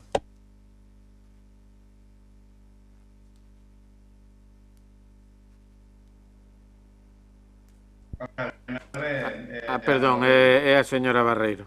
Ten a palabra. Bueno, moi boas noites a todos e a todas. Gracias, alcalde. Hoxe traemos a este pleno unha proposición de lei que xa iba no orde do día do anterior pleno para manifestar o noso total desacordo coa decisión tomada pola empresa Naturgy de deslocalizar casi 30 postos de traballo no Centro de Operacións e Redes da Coruña e manifestar así mesmo o noso total apoio con esos casi 30 traballadores do centro aos que mandamos dende aquí un saúdo. Non é a primeira vez que o Grupo Popular presenta iniciativas en apoio aos traballadores dunha empresa na situación na que se atopa, neste caso, a empresa Naturgy. como poden ser Alcoa, Ferroatlántica ou, bueno, os 215 traballadores de Siemens Gamesa na planta das Somozas, Cerceda ou, máis recentemente, Repsol, por poñer uns exemplos, non? Son casi 30 historias de traballadores das cales queremos, como xa digo, estar do seu lado, dos lados dos traballadores, das que queremos deixar constancia que faremos as xestións necesarias para que estes postos de traballo fiquen en Galicia. Queremos destacar que, dende o primeiro momento, dende o Grupo Municipal, interesámonos por a situación destes traballadores e contamos de primeira man sempre coa apoio da Consellería, que dende o minuto 1 que se lle pideu unha solicitude, constame que o día seguinte estaba recibindo o Comité de Empresa. Así o mesmo o manifestou o Conselleiro de Economía, Emprego e Industria e o vicepresidente segundo da Xunta de Galicia, Francisco Conde, en sede parlamentaria o 23 de febreiro, e tamén na Comisión Sexta do Parlamento de Galicia, respondendo a sendas preguntas a Directora Xeral de Planificación Enerxética e Recursos, dona Paula Uría. Polo tanto, parecenos inadmisible que se faga esta deslocalización e, como digo, sempre queremos estar do lado dos traballadores. Polo tanto, queremos instar a Xunta de Galicia a que continúe realizando un seguimento do proceso aberto por Naturgy no Centro de Operacións e Redes da Coruña, COR, para que se evite o traslado deste centro fora da nosa comunidade e se garante, en todo caso, a continuidade dos seus postos de traballo en Galicia. Pola miña parte, por agora nada máis. Moitas gracias. Grupos que deseen intervir, señor Fernández. Sí. Ben, en principio estamos de acordo con apoiar esta proposición. De todas as maneiras, facer algunha reflexión ao respecto desto, non? E entón que, vamos a ver, moitas veces está sempre defendendo que todo está moi ben de externalizar, de favorecer a libre competencia, de o mercado. Pois miren, señores, o mercado trae isto, o mercado libre trae isto, e esta situación veremos se pode enmendar desde algún punto de vista legal, pero, bueno, a empresa deslocaliza, a empresa disminuye moitas veces a empresa dentro da legalidade vixente, a gran empresa diminuye os dereitos de traballadores e a gran empresa moitas veces disminuye os salarios, o poder adquisitivo dos traballadores, porque é cuestión do mercado. E entón, simplemente, querer manifestar eso, non? Que nun mundo que, bueno, que desde, bueno, distintas formacións e grupos políticos pois está defendendo de o que debe de imperar a economía de mercado e a competencia entre as empresas e que se ofrezan os servicios ao menor precio posible, lamentablemente, esta igual é unha consecuencia. Entón, a nivel deste exemplo concreto que non banalizo, que se está plantexando, a nosa solidaridade cos traballadores, estamos en desacordo con eso, estamos en desacordo con que se deshumanice o traballador como persona e que dé igual o raigo, desarraigo dese traballador, desa traballadora, e que como a proposta, a proposición que se plantexa é sobre este tema en concreto, facendo extensible outros temas semellantes, estamos de acordo con defender en principio, xa dixen, esta proposición. O que sí que non sei, digo que isto será se terá máis coñecemento que eu deste respecto, non? Pero se as accións que se podan levar adiante de índole político, igual nos quedamos solos un pouco coxos, instando só a Xunta de Galicia a que continue realizando un seguimiento e que non se faga esta deslocalización. Cantar máis institucións, e non sei se o Goberno Central ten competencias agora de xestionar, que por vías, digamos, entre comillas, diplomáticas, consiga axudar a que iso non se leve adiante. Igual me parece a min, digo que igual isto digo sin ánimo de provocar ninguna reacción adversa, pero de unha situación que igual por ignorancia miña, pero igual se o que se busca e o que se propone esta proposición cantas máis institucións se podan tocar nas que de alguma maneira influyan tamén políticamente ou diplomáticamente en que non se perdan estes postos de traballo en Galicia, sería mellor que mellor. Igual podemos padecer na composición desta proposición ou desta proposta nun querer facer un menosprecio de outras institucións en avaliación ou en sobreponderación daquelas que están actualmente gobernadas polo Partido Popular. Moitas gracias. Gracias, señor Vázquez. Nos estamos en contra desta deslocalización e imos votar a favor, máis nada. Gracias, señor alcalde. Bueno, continuando un pouco ca intervención do señor Ferrón, consideramos que dito traslado suporía un duro revés laboral para os 28 empregados do servicio e unha diminución na calidade do citado servicio, empeorando previsiblemente os tempos nas resolucións das averías ou prestándose desde outros lugares sin ter un mínimo coñecemento do territorio e, polo tanto, sin ter en conta as condicións e características do sistema eléctrico galego que actualmente dan a cobertura. Gracias. A favor. Gracias, señora Pouso. Gracias, señor alcalde. Ben, como non podía ser de outra maneira, nós tamén a proposición están acordos unánimes no Parlamento de Galicia para apoiar a estes traballadores e as súas familias, pero decía e o explicaba moi ben o señor Ferrón, isto é unha consecuencia pois de toda esa globalización, de toda esa situación a que chegan as empresas de que priman por encima de empresariales. Pero do que non temos dúbida é que empresas que están, digamos que teñen entre as súas competencias este tipo de servicios dende a administración sí que se poden facer cousas. O que hai é que poñer interés en solucionar e exixir a esos que están pois facendo precisamente zonas do territorio e explotando os nosos recursos naturales, exixir que teñan unha responsabilidade social co territorio no que están, digamos, desenvolvendo e facendo. Perxudica a nivel de traballadores, a nivel de familias, a nivel tributario, se esas empresas cambian a súa sede fiscal, a súa sede social para outras comunidades, deixa de percibir ingresos e así é moi difícil avanzar, así é moi difícil que queiramos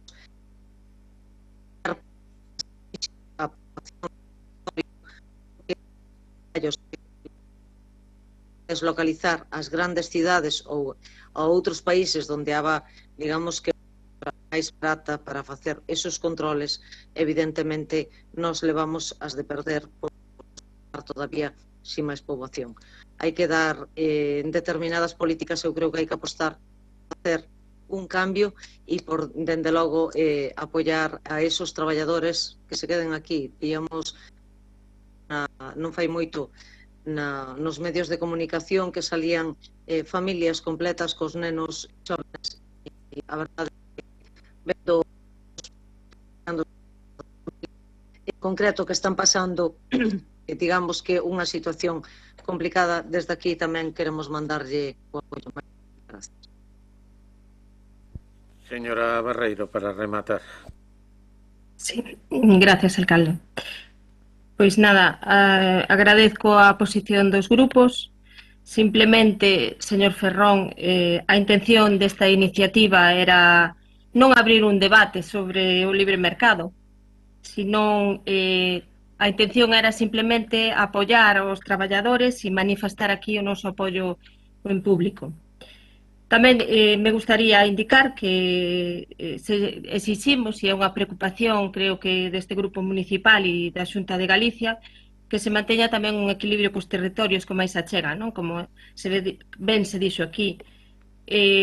Aquí nós temos 680 traballadores desta empresa Naturgy, non? E tamén a empresa dende os as competencias que ten a Consellería de Economía e Industria, constame que se lle abriron expedientes por irregularidades que se puderan detectar na prestación do servicio, non? Que nos importa tamén a calidad que se presta deste servicio, non? En concreto, segundo a información que eu teño, son 2.400 expedientes sancionadores que se lle abriron á empresa Naturgy por non cumprir os ratios de calidade que se lle exixe a esta empresa. E pola miña parte, pois nada máis e moitas gracias. Gracias. Pasamos logo á votación. Votos a favor da proposta. Unanimidade. Pasamos entón ao punto 15, unha proposición do BNG do señor Pérez Barral sobre declarar Vic a fábrica de Cerqueiras. Ten a palabra. Señor Vázquez Covas, ten a palabra. Gracias, señor alcalde. Efectivamente, declarar ben de interés cultural Vic a fábrica de Cerqueira. A actual fábrica de Cerqueira está situada no número 31 da Rúa Manzanares, no barrio de Banda ao Río, o núcleo orixinario da nosa vila. Dito barrio sempre estivo vencellado cara ao mar e a día de hoxe aínda conserva parte da súa estrutura orixinal mariñeira, que é o berce das primeiras salgaduras e fábricas de Ribeira. Na actualidade, a fábrica de Cerqueira segue en plena actividade e está catalogada ca tipoloxía de edificación illada, ben conservada e presenta un importante interese arquitectónico, segundo consta na ficha municipal do Plan Xeral de Ordenación Municipal Pexou. A súa arquitectura interior é a base de estrutura de madeira e de grande calidade, como di nesa ficha.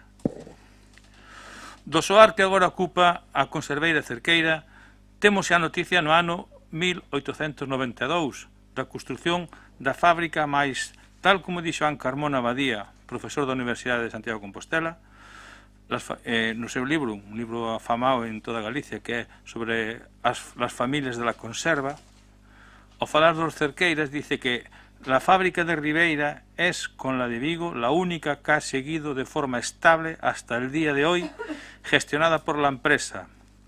La compraron al conservero arosano Adelino Guillán de Dios en el año 1945 y pasó a dedicarse a la fabricación de mejillón y otros moluscos. Los Cerqueiras canalizaron hacia ella sus principales inversiones durante la segunda mitad de los 40, de forma que en 1950 el valor de su maquinaria e instalaciones superaba al de su matriz viguesa.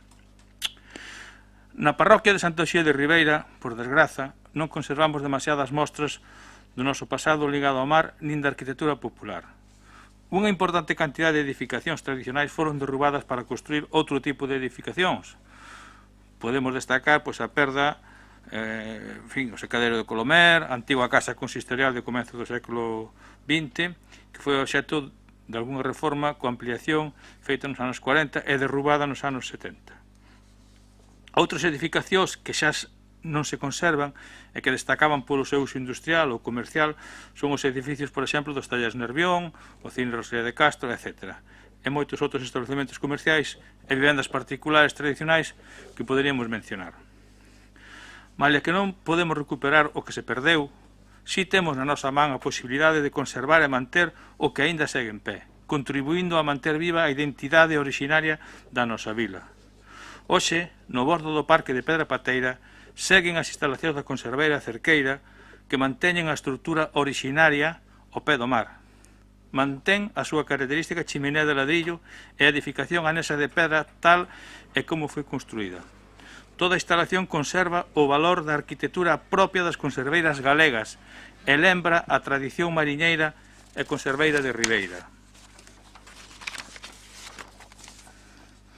Con esta proposta, desde o Bloque Nacionalista Galego, queremos contribuir a manter a identidade única dunha fábrica situada no corazón da vila, garantindo a preservación da súa arquitectura singular e ao mesmo tempo permitindo que a súa actividade de transformación dos produtos do mar e de xeración de emprego sigan adiante. Por iso, o Grupo Municipal do BNG de Ribeira solicita a adopción do seguinte acordo. Instar a Xunta de Galicia a declarar ben de interese cultural Vic a fábrica de Cerqueira baixo o amparo da Lei 5/2016 de 4 de maio do Patrimonio Cultural de Galicia e calquera outra legislación que resulte de interese para realizar esta declaración.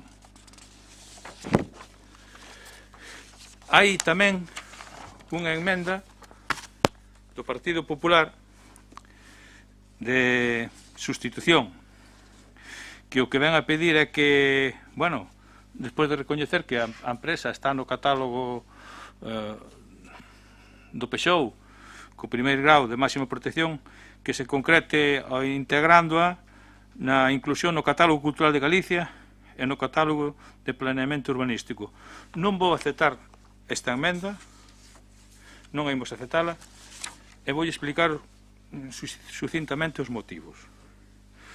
Primeiro, unha edificación como esta, que está no grado 1 no Peuxou, xa está automáticamente no catálogo cultural de Galicia. Así o di a Xunta de Galicia na súa página web, porque mentres non se desenrole o regulamento, a ordenanza que ven na Lei de Patrimonio Cultural de Galicia, xa automáticamente, ao estar no planeamento municipal, pasa a formar parte dese catálogo.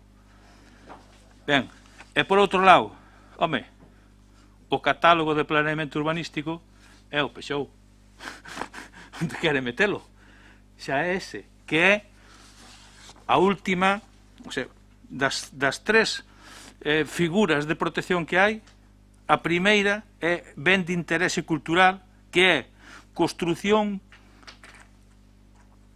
que constitúe unha unidade singular, recoñecible, de relevante interese histórico, arquitectónico, industrial, artístico e etnolóxico. A segunda é o catálogo que xa está dentro del, e a terceira é o catálogo urbanístico, que é o Peuxou. Entonces, non llevo, isto parece un pouco liar o palangre, porque esas figuras que vostede propón xa as ten. A que falta, que é a que nos queremos, é esta, que é a terceira, que é ben de interese cultural. Mais nada, moitas gracias. Gracias, señor Covas. Unha aclaración antes que lle aclare a señora San Pedro o que son as problemáticas que pode dar un BIC nun centro urbano. Efectivamente, polo feito de estar no catálogo municipal, está no catálogo xa de Patrimonio Cultural de Galicia. Pero hai unha cuestión moi diferente. A nosa ficha só pon grado 1 e non está adaptada á lei 4, me parece que, non sei, a lei de 2016, se non me equivoco, do 4 de maio, bueno, non sei, por aí anda. A lei 5 de 2016. 5 de 2016, falloume un numeriño. O 4 é de maio. O que o noso catálogo ou non está adaptado a esa lei. O que se propón precisamente é que se faga o catálogo, que se precise todos os elementos a conservar dentro de arquitectura industrial polos problemas que nós pensamos que desde o primer momento genera para a veciñanza de bando ao río o que eso sea un BIC. Non cando declaren BIC, sino desde o momento en que se inicie o expediente. Entonces, os grupos que deseen falar poden facelo, despois lle explicará a señora San Pedro cales son esos inconvenientes de que sea BIC. Señor Ferrón, porque en definitiva creo que todos o que queremos é protegerse bien, independientemente do grado ou a figura que sexa. Señor Ferrón, ten a palabra. Sí, grazas. Vamos a ver, pendiente de que se aclaren aquí unha serie de temas que se están ahora a formular, que en principio nosotros, pendiente destas aclaracións, nosotros estamos de acordo con que se potencie e conserve desde un punto de vista regulamentario esta fábrica de cerqueiras. A fío de que do que está agora en estes momentos pasando cas emendas, que si quisiera facer unha reflexión extensible a outras emendas. Vamos a ver, con total respeto, que non podía ser da maneira a regulamentación vixente, ven sendo práctica habitual do grupo de goberno do Partido Popular de presentar emendas no que consinte o plazo o último día, a última hora.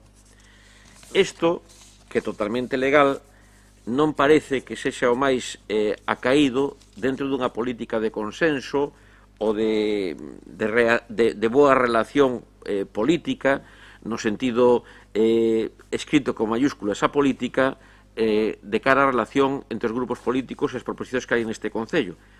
E entonces igual ven a colación isto porque seguramente que se as emendas se presentasen con unha finalidade a postre máis constructiva, sería con anterioridade que se presentasen e tería seguramente unhas consecuencias con igual traballo máis constructivas.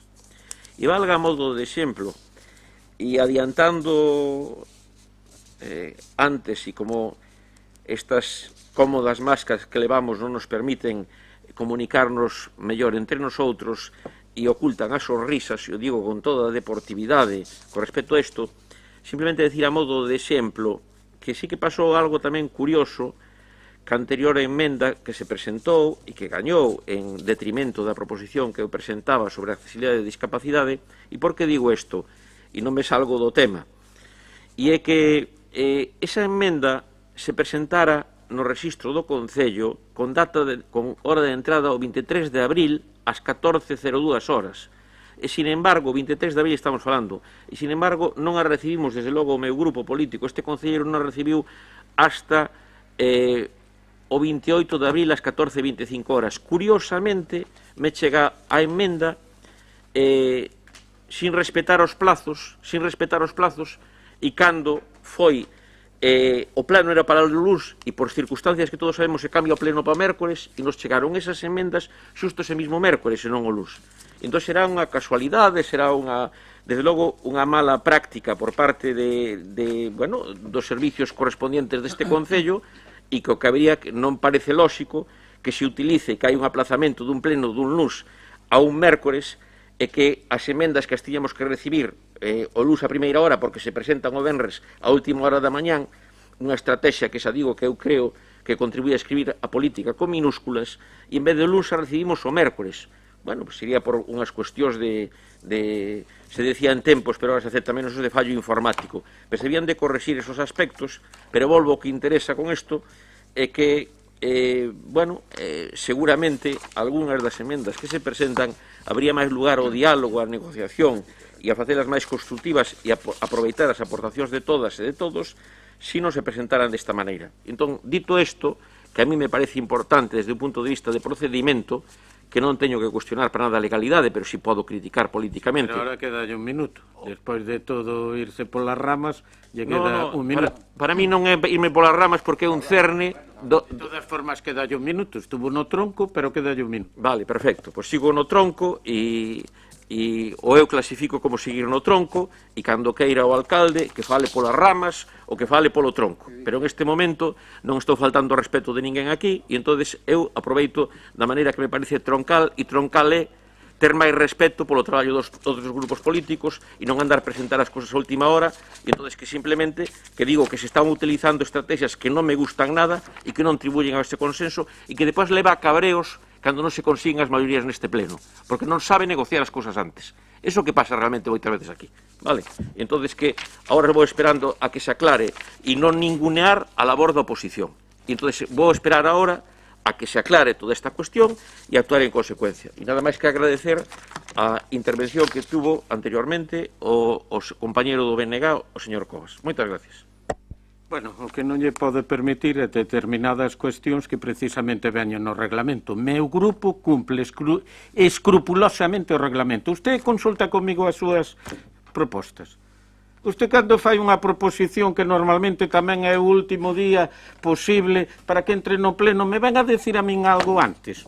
Usted me pregunta a min ou a maioría dos grupos me preguntan cando veñen unha proposta, me preguntan antes o que vai a facer o meu grupo. Me preguntan se xa estamos traballando no catálogo da pedra de non sei que. Me preguntan se vamos a incluir ou non vamos a incluir o que é o club de remo. Me pregunta alguén. Usted sabe que no Parlamento se poden preparar incluso as emendas 6 horas antes. Meu grupo único que ten que facer no que é un expediente que entra no pleno é presentar a emenda. É o que fai. Se lle chega tarde, pronto ou non se... Eso non é responsabilidade do meu grupo. Perdone, o meu grupo ten o mesmo papel no que é un pleno que o seu. E se presentamos emendas é no ánimo de chegar a un acordo. Eu lle podía decir ao señor Covas, claramente, mire, eu non estou disposto a suspender todas as licencias de Bandourrío durante un ano. Llevamos a votar que non. Sin embargo, como queremos chegar a un acordo con él para que se esté protegido ese ben, presentamos unha emenda. E a mí me piden ustedes o mismo día, o viernes, oye, presentastedes algunha emenda sobre o meu? E mando ya. Porque o meu interés ca emenda é chegar a un acordo. Se non, bueno, unhas cousas se aprobarán, facerémolas e levarémolas adiantes, e outras non ten tempo, porque gobernar é unha cuestión de prioridades, E non sempre as prioridades son as que se marcan aquí, se poden ter outras. Entonces, por eso a min me senta mal que me diga eso, que parece que estou facendo o meu grupo algo que non debe, cando ven exclusivamente no reglamento. E nunca presentamos, e aquí sí que temos metido en pleno cousas que se presentaron fora do plazo legal, ou que non se pasa por registro como fai o PBBI en máis dunha ocasión. E se mete. No, la deja en outro lugar porque non quer facer cola abaixo. Entonces, non podo admitir que se diga isto...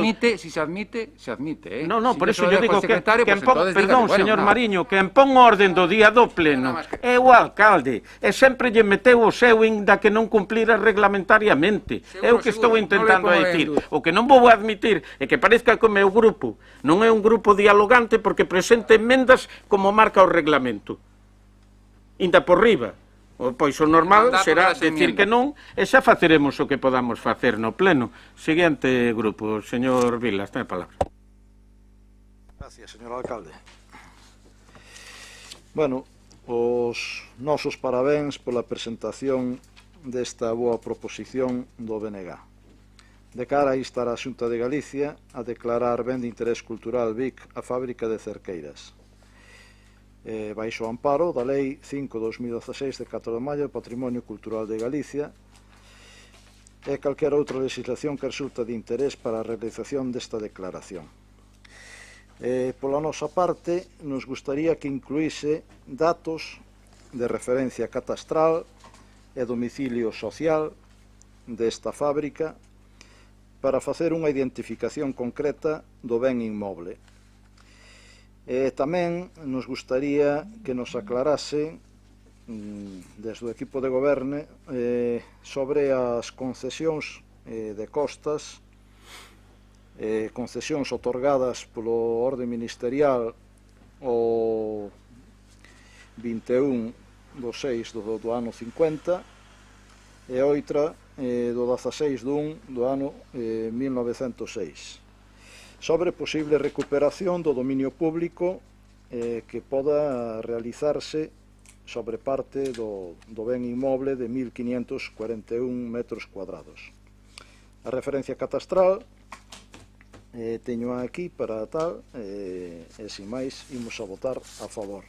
E outra cousa, a ficha debería de estar adaptada á lei, senón que se adapte, e que se adapte o catálogo ao plan xeral. Tamén, gracias. É que todo o plan xeral non está adaptado á Lei 2002, Vilas. É todo, non é o catálogo, é anterior.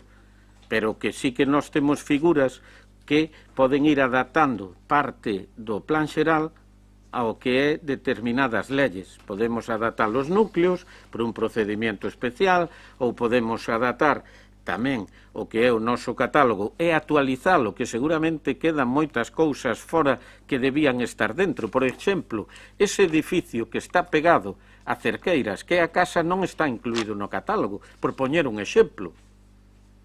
Por iso, cando nós propoñemos isto, non é que a intención de sacarlle a ninguén un protagonismo que está claro que ten, porque foi o que se preocupou entre elo en este pleno. Non é de menos. Entre todos se poden facer moitas cousas e nós defendemos o mesmo que usted. Ahora, a partir de aí, eu creo que ten unha serie de problemáticas que se pode defender ese ben sin ter que perjudicar a 100 metros veciños de esa barriada durante polo menos un ano suspendendo licencias, por exemplo. Entonces, a palabra polo BBVI, creo que é o representante.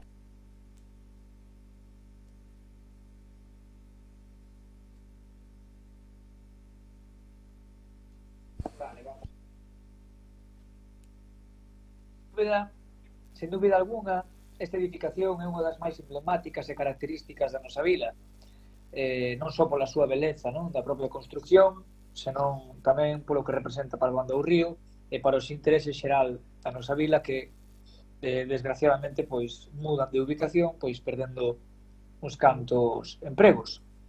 Dende logo non vemos de mala maneira, non, que se faga unha protección deste edificio coa finalidade de que non se produzan máis atropelos urbanísticos como se ten feito en outras edificacións de gran beleza que tiñamos na nosa cidade. Teríamos que ver como se produce tamén a transición, de aí que obviamente hai falla de información, por eso gustaríanos ver antes a intervención da compañera do Partido Popular para ver máis, coñecer máis datos, sobre todo de como sería o procedimento de afectación, como ter un ben BIC en solo urbán, como se menciona aí como o señor Rivas, así como tamén habría que ver no futuro como se produce unha transición, non, de deixada neste caso, se o fai a empresa e que en que condicións se fai todo isto. Isto permitiría facer no futuro, en caso de que fosen as condicións oportunas, un uso a través de algún modo de iniciativas para incluir esta edificación de uso e disfrute para os ribeirenses. Pero claro, temos moitas incógnitas de, por un lado, non perjudicar aos veciños do redor, e se existe algún tipo de figura xurídica que obteña algún tipo de protección desta edificación, que como ben se mencionaba, non? Que o que creo que todas as formacións políticas que estamos aquí presentes neste pleno é o que buscamos, que non se modifique nin se altere, e obviamente intentando perxudicar o mínimo posible a todos os veciños, xa partindo dunha base que en menos de 100 metros á redonda pode haber 6, 7 ou 10 locales comerciales, non? De hostelería neste caso. Non creo que despois destes anos dicirlle a xente que hai que retirar as licencias, pois gustaríame escoitar a intervención da compañeira do Partido Popular. Moitas gracias. Gracias, señora San Pedro. Gracias, señor alcalde. Ben, con respecto ao tema das emendas que comentaba o señor Ferrón, eu a verdad que non comprendo esa, non sei, ese ímpetu por pensar que isto é unha destrucción máis que unha construcción, porque efectivamente aquí se teñen tamén aceptado emendas in voce, se teñen tamén aceptado emendas que non viñan registradas, creo que vostede nun caso trouxe unha aquí que non viña registrada, e creo que non hai ningún problema cando o ánimo é o de construir, é o de aportar, é o de chegar a un consenso falando. Eu creo que, como lle dicía o señor alcalde, eu non lle pregunto a ninguén se presenta o último día as proposicións, porque, vamos, non é o meu labor preguntarlle a vostede que día dos que corresponden en plazo presenta unha proposición ou non. Entón, polo tanto, creo que temos o mesmo dereito uns a presentar proposicións e outros a presentar emendas dentro do plazo establecido e en ningún momento é con un ánimo que non sexa un ánimo constructivo. Vaya por diante. E centrándome xa no que é a proposta que nos atañe hoxe, pois, ben, señor Vázquez Covas, coincidimos en que indudablemente a coñecida como Fábrica de Cerqueiras é unha edificación pois moi singular. É unha edificación que reflite o pasado industrial de Ribeira e de algunha maneira pois é un dos referentes históricos para entender como se consolidou o núcleo ribeirense tal como o coñecemos hoxe. Pero vamos a ver, máis aló desa singularidade dun edificio que é fermoso, dun edificio que atopamos á beira do noso mar, pois entrannos moitas dudas de que a declaración de Vic para a Fábrica de Cerqueiras teña máis ventaxes que inconvintes, tanto para o futuro do propio inmoble como para o futuro dos veciños da contorna do barrio de Bandourrío. Dende logo, e vaya por diante que nós, o noso afán é de estar de acordo en que este é un ben que temos que protexer, e por iso, ademais, como se comentaba, está protexido dentro do Concello con grado 1, que é a máxima protección que pode haber agora mesmo. Somos conscientes de que o Plan Xeral Municipal, como adiantou antes o alcalde, non está adaptado a esa lei 5/2016 de Patrimonio Cultural. E por iso propoñemos que se faga un estudo especial para incluílo no catálogo con todas as condicións que marca a actual lei. Cando vostede declara un BIC, señor Vázquez Covas, declara o ben tal e como está, e a protección do inmoble en este caso sería total. Cando un pode chegar a ter esa mesma protección sin ter que chegar a manifestar un inmoble como BIC, non? E digo isto porque nesa zona que nos atopamos ademais dentro dun PERI, porque os veciños van a ter que pedir permiso a Patrimonio se queren cambiar unha ventana, van a ter que pedir permiso a Patrimonio se queren facer un cambio de techumbre, nun radio que pode ser de 100 metros ou en un radio que ao mellor descoñecemos, porque eso dependerá da delimitación que no seu momento Patrimonio pois establezca da nova área de protección. Nos, dende logo, temos claro que o que suscita pois o interese desa protección é a importancia que ten ese edificio en canto a súa estrutura, en canto ás súas cerchas, e que se conserven, por suposto, tal e como está. Entendo que a vostede, dende logo, a caseta que está fora, as tolvas de aceite ou a maquinaria industrial actual que ha de ser, pois, igual que a de calqueira factoría de hoxe en día de aceiro inoxidable, pois, non sei, entendo que tampouco lle interesa que eso sexa algo que se teña que protexer. Eu digo porque, repito, que cando se declara un BIC, se declara tal e como está, conservando mesmamente o que se atopa no anterior, e dende ese mesmo momento no que se incoa o expediente, paralízase, como ben adiantou o alcalde, todo o que está dentro e tamén a actividade que está ao redor. Por iso, eu creo que o uso, tamén o uso, debemos falar dese uso, porque Cerqueiras, en caso de ser declarado ben de interese cultural, sería ben de interese cultural industrial. E, polo tanto, o cambio de uso a priori non se contempla.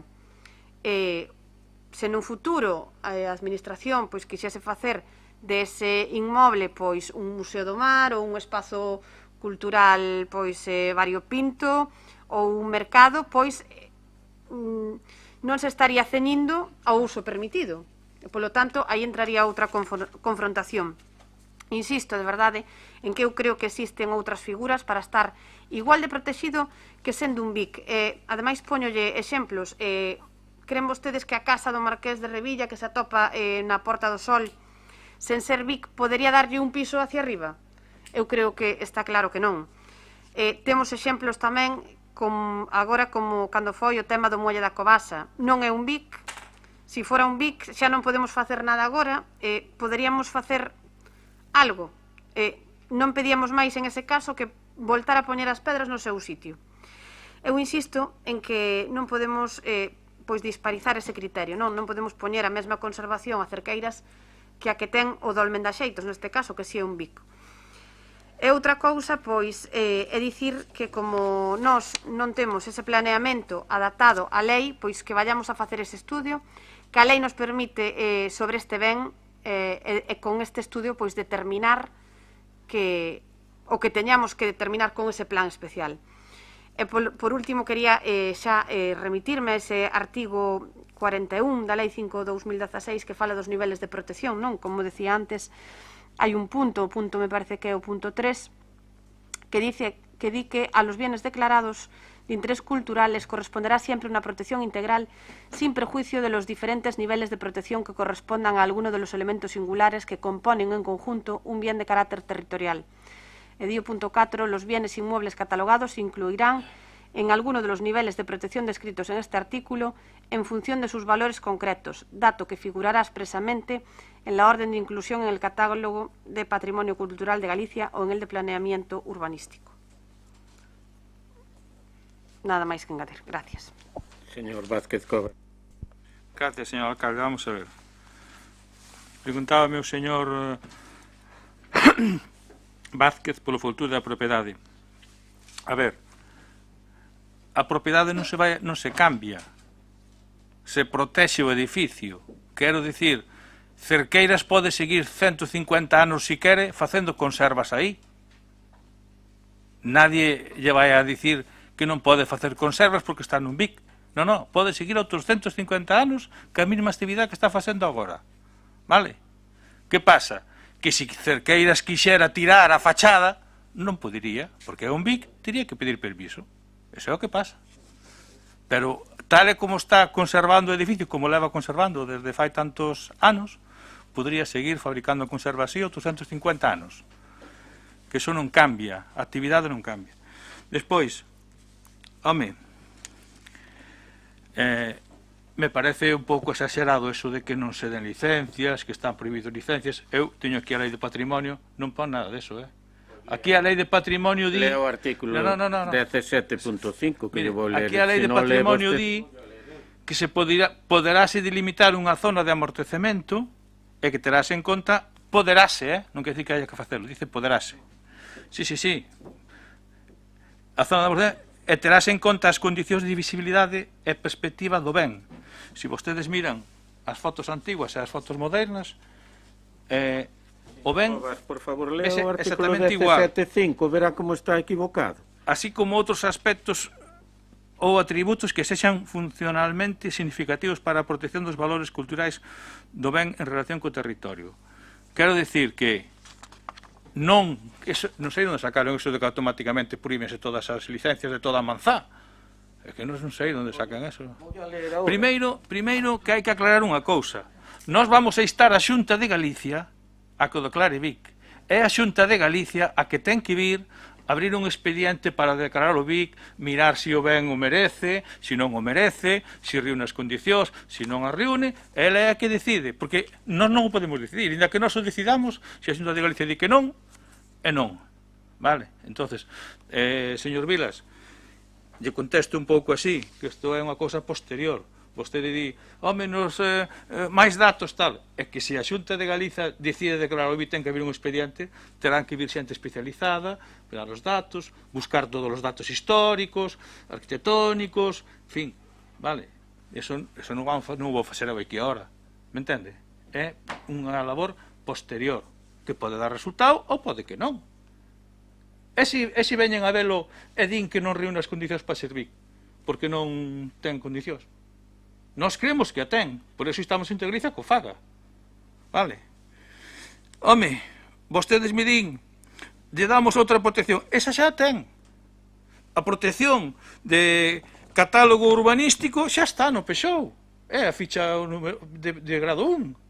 O seguinte, o catálogo cultural xa está, porque como está no planeamento urbanístico, a lei esta de patrimonio aínda non desarrollou ese catálogo, todos os que figuran nos planeamentos urbanísticos dos concellos pasan, claro, hai que metelo na páxina web, pero hai que facelo nada máis, xa forman parte do catálogo, provisionalmente, hasta que se desarrolla a lei.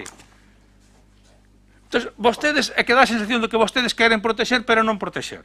A ver, protexemos un edificio singular, pero se queremos tirar unha parede, podémosla tirar. Se queremos quitar un tellado, podémoslo quitar. E se non nos deixan xa... Claro, é que así non pode ser. Por favor, remate ou rematou. Non, digo que... Non, é que di unhas cousas que... Non se poden querer as dúas cousas a vez. Pero... Protexelo e ao mesmo tempo que se pode facer todo o que un queire. Non se pode ser. Sí, rematei. Bueno, vamos a ver.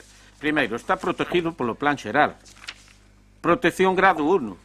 Non se pode facer nada de iso que di usted, tiralo non sei que, non sei cantos, para empezar. Que ten o plan xeral do Concello de Ribeira? Que non está adaptado, que supón eso? Que non ten un estudio integral sobre o propio bien e sobre as inmediacións. Pero ora, como vostede está cuestionando o que decimos, voulle a leer.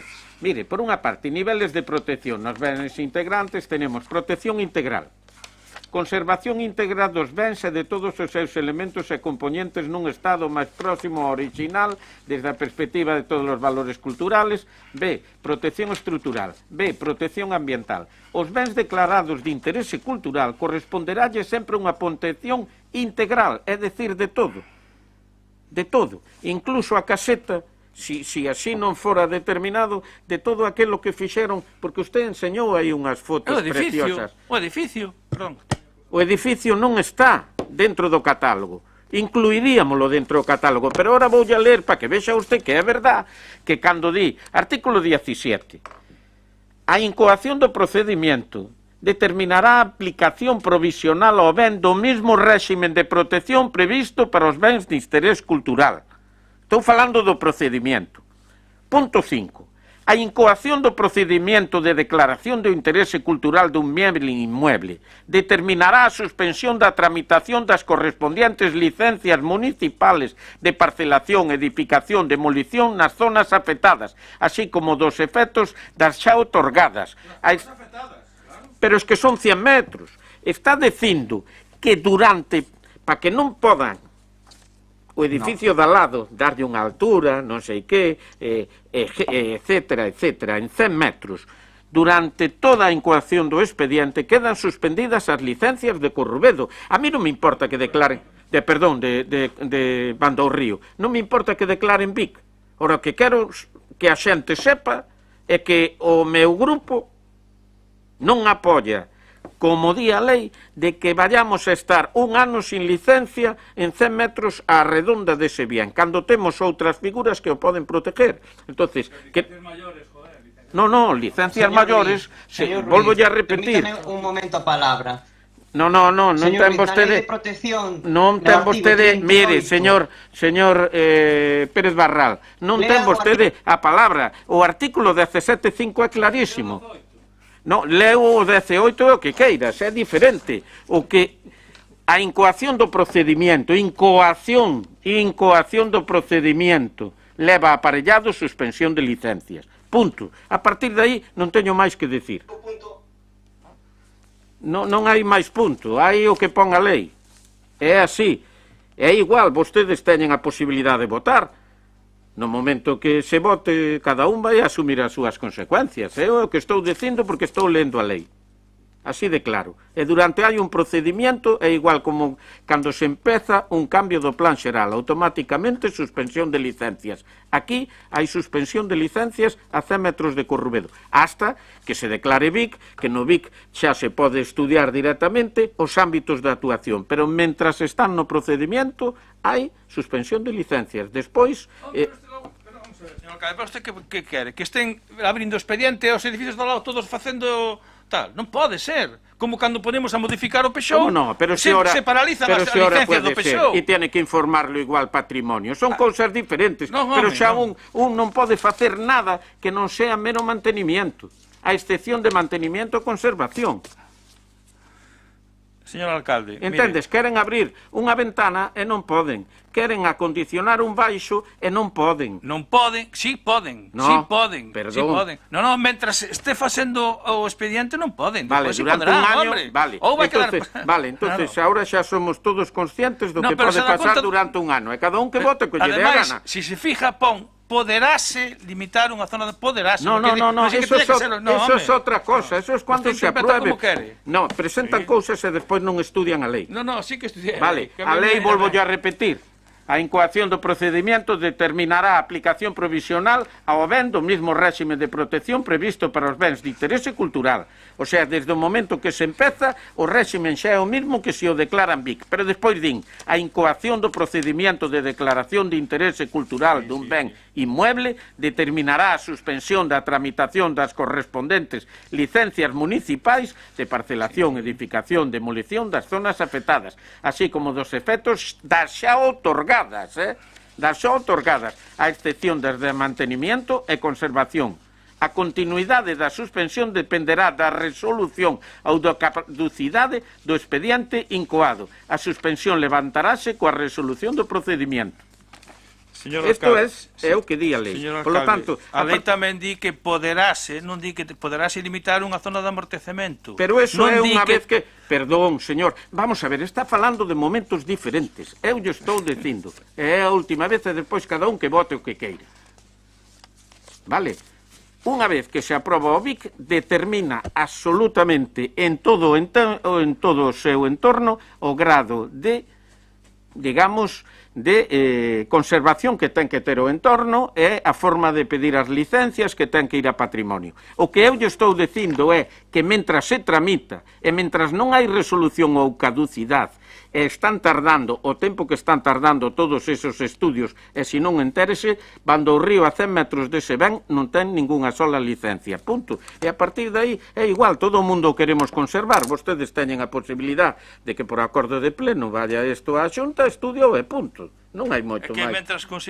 O problema é que, mentras consideremos que declarar un BI é unha cousa negativa, é moi difícil que se... Pero claro, así non vamos conservar nunca nada. Pero vamos a ver... Non, é que é así. Bueno, o sea que aquí non se conserva nada porque non é BIC. Que se vai declarar... Señor Covas, vamos a ver... Vai abrir un expediente para un BIC e eso vai significar... No, pero é que... Non, señor Covas, a partir de ahora todos os do catálogo nombramos los BIC, porque a casa do Marqués, a casa do señor Fariña, todas esas que son unha preciosidade, pois, oye, todas BIC. Señor alcalde, estamos falando dun edificio industrial singular. E usted pensa que ten máis mérito que a casa do Marqués? Que ten unha historia para esta cidade, como cidade conserveira que mira cara ao mar, que é o núcleo... E la Retoral de Artes... Pero eso non ten nada que ver, non, señor alcalde. Con aquel escudo do siglo XV... Si, pois hai que protexelo tamén, quen di que non? Se pode proteger, pero non ten por que ser BIC. Entonces, como todo o mundo sabemos as consecuencias de que é nombrar BIC, cada un que... O meu grupo non lle vai a votar que sea o BIC, porque pensamos que podemos perjudicar aos veciños. A partir de aí, a verdad que é un diálogo que non nos leva a ninguna parte. Está claro que o Partido Popular non quere que a fábrica cerqueira sea BIC. Entonces, o primer punto é a emenda que hai, de que se... Bueno, ya conocen vostedes. Señor Ruiz, permítame a palabra porque vostede falseou datos. Por favor, lea o artigo 38.3 da Lei de Patrimonio Cultural, onde se di claramente que a distancia se pode reducir sempre que se sexa patrimonio señor Pérez Barral, mire, non lle vou a consentir eso porque usted está falando de outro momento, que é cando este declarado, coño. Eu estou falando de antes de que se declare, en toda a tramitación. Hombre, e aprendan a ler a lei. Estou falando do artículo, e aquí o ten, e se non volvo a ler, carallo, 17.5. E durante a tramitación están paralizadas licencias. Despois, claro que o BIC xa di o grado de protección e o que está todas as do lado, como quedan, como deben de quedar. Pero estou falando da tramitación, e non me chame mentireiro. Despois, claro, despois o grado de protección é posterior, pero mentras se declara, non se pode construir en todo o Bando do Río, é nada máis, e a partir de aí cada un que vote o que queira, Concho, que parece que eu lle teño que dar lecciones a ustedes de calquer cousa, cada un que... Claro, vale. Mellor, en fin, mire, iba a ler a emenda... cada un que vote o que lle dé a gana, que parece que... Que a Xunta declare nun mes, estamos un mes sin licencias, home, non pasa nada. Si se foran un mes, vamos a ver, é que parece que eu, ao final, é que non me deixan lelo, eu simplemente quixen que vostedes sepan a consecuencia da tramitación para unha protección que se pode dar de outra forma, entendo, das mesmas características, vale? A partir de aí é o único que intentei. Eu quero defender o bien tanto como ustedes. A partir de aí cada un sabe as consecuencias. A emenda... É o mismo un BIC que meterlo no catálogo. Bueno, pero vamos a ver, mañán cando lle paralicen as licencias o que quero que lle voten a culpa a usted, non a meu grupo. Bueno, vale, outro. Vale. Pois, alá cada un.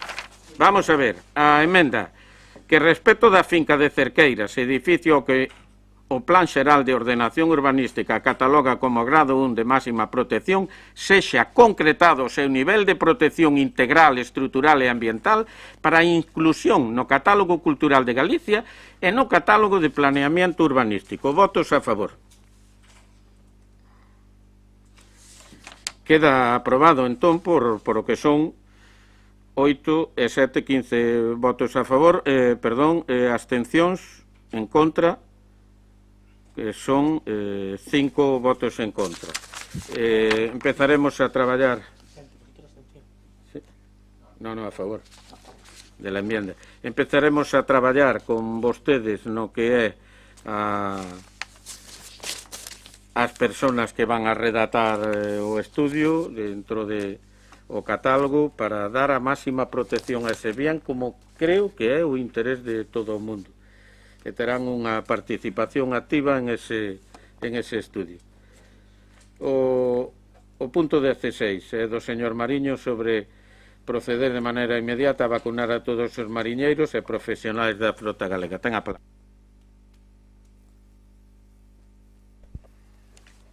Vamos a proceder a la moción, después vendrán las enmiendas. El Grupo Municipal del Partido Barbanza Independiente ha tenido conocimiento de que el pasado, hay que situar la moción en su día, el pasado fin de semana se ha detectado un importante brote de COVID-19 que ha afectado a la mayor parte de los tripulantes de un barco del cerco con base en Aguiño. Los tripulantes de los barcos de la flota ribeirense en particular y la gallega en general tienen la dificultad añadida respecto a otros sectores profesionales, como la imposibilidad de mantener las distancias de seguridad a bordo, y además participan en la realización de mareas de varias semanas de duración sin poder recibir atención sanitaria, y las prolongadas estancias en alta mar limitan su disponibilidad para acudir al suministro de dicha vacuna. Los tripulantes de ese mismo cerquero están demandando que el Gobierno de España proceda a la vacunación de todos y cada uno de los profesionales que están enrolados en un barco o que lo van a hacer para que puedan estar inmunizados y evitar situaciones como la que se acaba de producir con el referido brote, y que les es indiferente quién les vacune, ya sea el Instituto Social de la Marina, que es la autoridad competente en materia marítima en España, o la Consellería de Sanidad, para lo que es necesario que el Ministerio de Sanidad dé las órdenes para que el proceso de vacunación comience de inmediato y que, de ser posible, se haga con la vacuna que solo precisa de la aplicación de una sola dosis. En nuestro partido, en el Partido Barbanza Independiente, entendemos que si desde el comienzo de la pandemia se ha declarado a los profesionales del mar como un sector esencial, saliendo a faenar todos los días para que no faltasen alimentos en nuestras mesas, pese a que carecían de mascarillas de protección y no podían mantener las mínimas distancias de seguridad. Lo mínimo que se debe hacer por parte de las autoridades sanitarias es ordenar, sin más demora, que se inicie el proceso de vacunación de las tripulaciones de todos los barcos. En virtud de todo lo expuesto, nuestro grupo, el Partido Barbanza Independiente, el PBI, insta a este Pleno, al Pleno de la Corporación Municipal de Ribeira, a la adopción de los siguientes acuerdos. Primero, que por parte del Ayuntamiento de Ribeira se inste a la Administración competente a proceder de manera inmediata la vacunación de todos los marineros y profesionales de la flota gallega para que queden inmunizados y se eviten riesgos como los que se llevaron a cabo en el contagio de los tripulantes de un pesquero del cerco con base en Aguiño.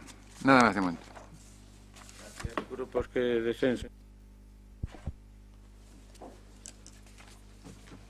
Sí, descoñecendo como agora xa pasou algún tempo porque se pudo estar no anterior pleno, descoñecendo os pormiúdos de como está agora a situación ao respecto, e agardarei que se aclare esta cuestión, se pode aclarar a nivel de vacinación actualmente, pero deduzo que a raíz da emenda que se presentou que aínda non están vacinados o sector a que se refire, si quixera facer un par de reflexións, a ver se breves.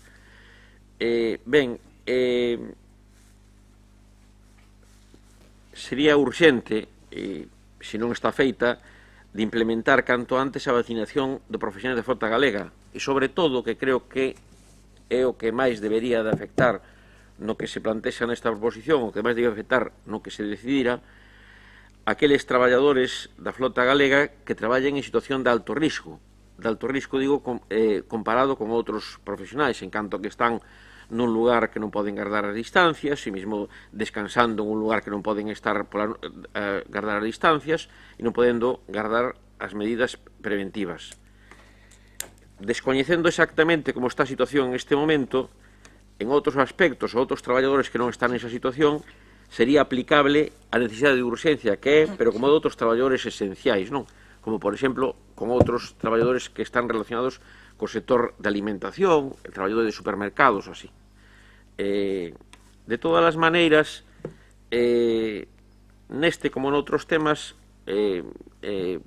escoitando que se vaya a decir posteriormente, sí que decir que tan importante é de que se vacine a aos traballadores do mar canto antes que están en situación de risco, como importantes tamén será que polas autoridades competentes se sexa máis competente e que se tomen as precaucións pertinentes para que cando se detecta un gromo nun barco non se dé situacións de alto risco que eran evitables se xestionase polas autoridades competentes de maneira adecuada o traslado desos traballadores en situación de risco de contagio a outros, de trasladalo aos seus fogares ou onde sea para agardar a cuarentena.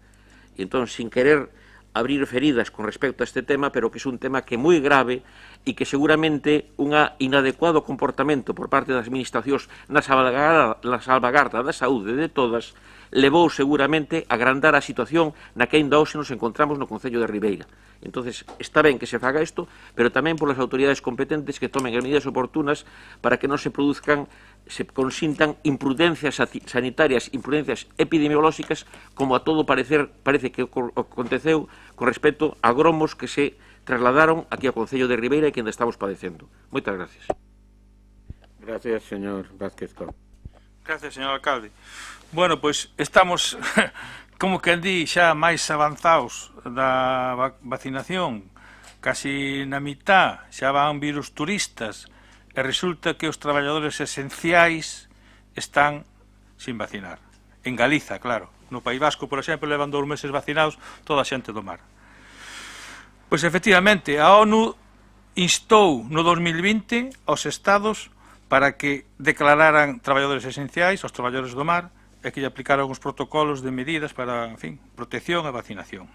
Xa en febreiro, estou falando do 2020, pero é que xa en febreiro do 21, no Parlamento Europeo, a nosa diputada instou a Comisión de Pesca da Eurocámara para que garantiran que os Estados membros e a Xunta de Galicia cumpran con o protocolo.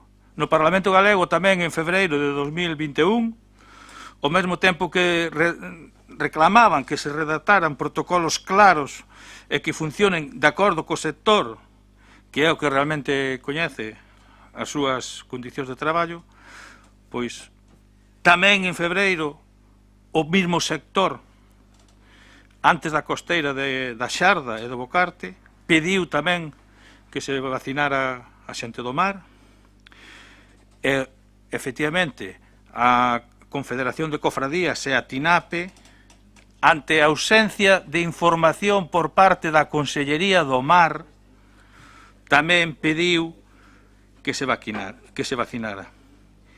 E ao mesmo tempo tamén no Congreso dos Diputados, Néstor Rego, o noso diputado, tamén pedía que a Xunta se coordinara co Goberno do Estado para facer protocolos específicos para tripulacións, tanto as de alta mar como as de baixura. En fin, eu non sei se vostedes leron isto, pero a señora ministra de Sanidade do Goberno do Estado dixo que os tripulantes pois lles tocará vacinarse cando lles toque, na quenda que lles toque e coa vacina que lles toque. Supónse que sería pola idade, claro. Ben, pois este 19 de maio, no Parlamento Galego, a diputada do BNG Rosa Ana Pérez instou a Xunta a levar a cabo con urxencia, estamos falando do 19 de maio, estamos a 31, levar a cabo con urxencia a vacinación que aínda está pendente dos traballadores do mar. A vacinación comezou hai uns días. No País Vasco levan máis de 2 meses vacinados a xente do mar. Por certo, ca crítica da Xunta de Galicia por haberlos vacinado. En Galicia, pois, siguen os problemas. Siguen os problemas porque a xente está sin vacunar. A ver, a flota de baixura está toda sin vacinar. Nada máis que aqueles que coincidiran que estaban aquí e que lles tocara por idade, polos Sergas, non? Claro, un escoita ao señor Feijóo dicir que ofrece vacunas pos turistas e lle cae a alma aos pés. Cando sabemos pois que en Galiza a xente do mar, que son traballadores esenciais, están agardando pola súa vacina. E non, mire, señor Vicente, non estou de acordo con que di vostede de que si o ESM... Non.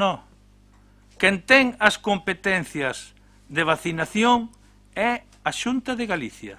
Quen ten os materiales en todas as poboacións é a Xunta de Galicia. Non é o ISM, é a Xunta de Galicia, que é a que ten a competencia de vacinación.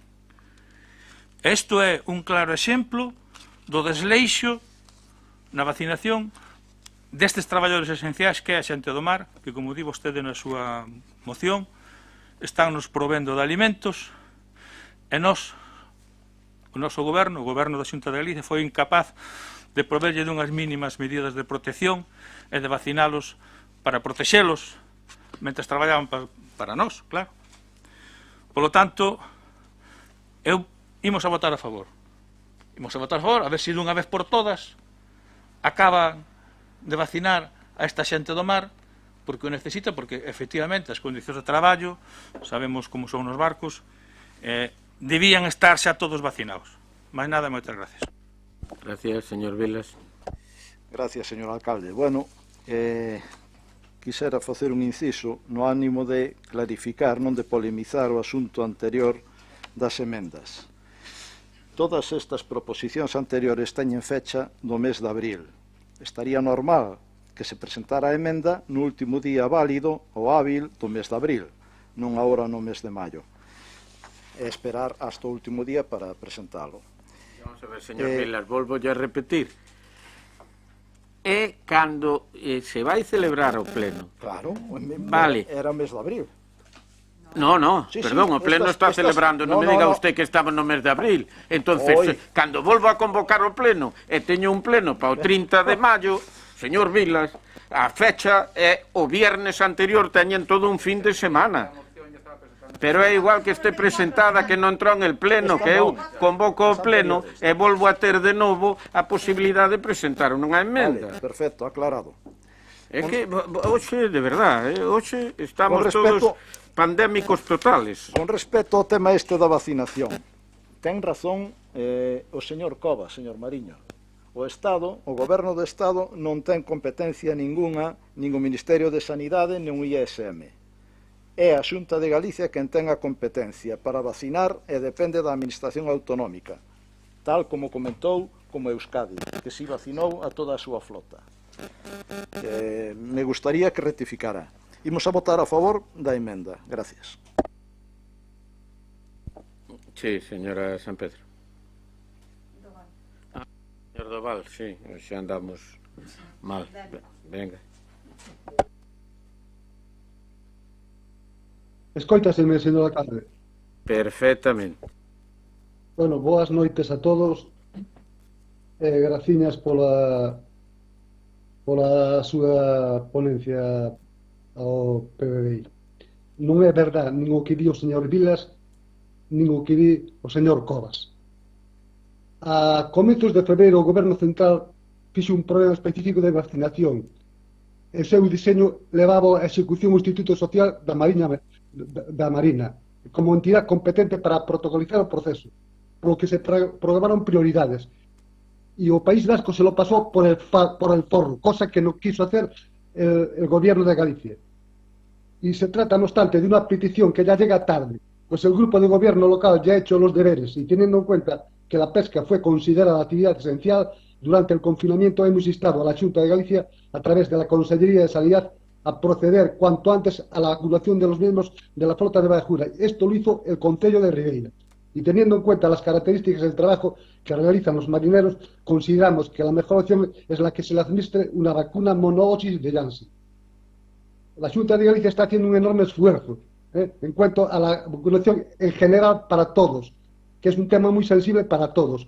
Y estamos politizando un tema que lo necesitamos todos.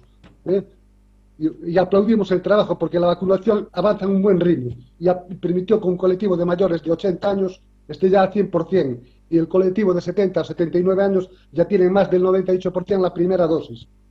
Hemos avanzado considerablemente la vacunación en los grupos de 60 a 69 y de 50 a 59. Ya miles de personas continúan siendo citadas estos días para completar su vacunación. También agradecemos la postura del BNG, que fue totalmente coincidente con la de la Xunta de Galicia, la cual está cumpliendo su cometido y con la medida dar prioridad a los marineros de la flota de la Jura Ribeirense, incluyéndolos en el colectivo que se vacune con monodosis de Janssen. De hecho, señor Cobas, ya se ha empezado a administrar esta vacuna a marineros y a pescadores tanto de otros puntos como de Vigo, como de Burela, como de Ribeira, vacunando ya parte del cerco y a parte del arrastre. Con esta medida, el Gobierno de la Xunta de Galicia da respuesta a nuestra solicitud y a una demanda del colectivo marítimo pesquero de la zona, que ha pedido la posibilidad de adelantar ya y articular el proceso de vacunación de sus miembros. Estos ya están siendo acreditados, siendo vacunados con antelación a su grupo de edad, simplemente acreditando el tiempo de trabajo que realicen. Y por todo ello, presentamos la siguiente enmienda de sustitución. Punto único.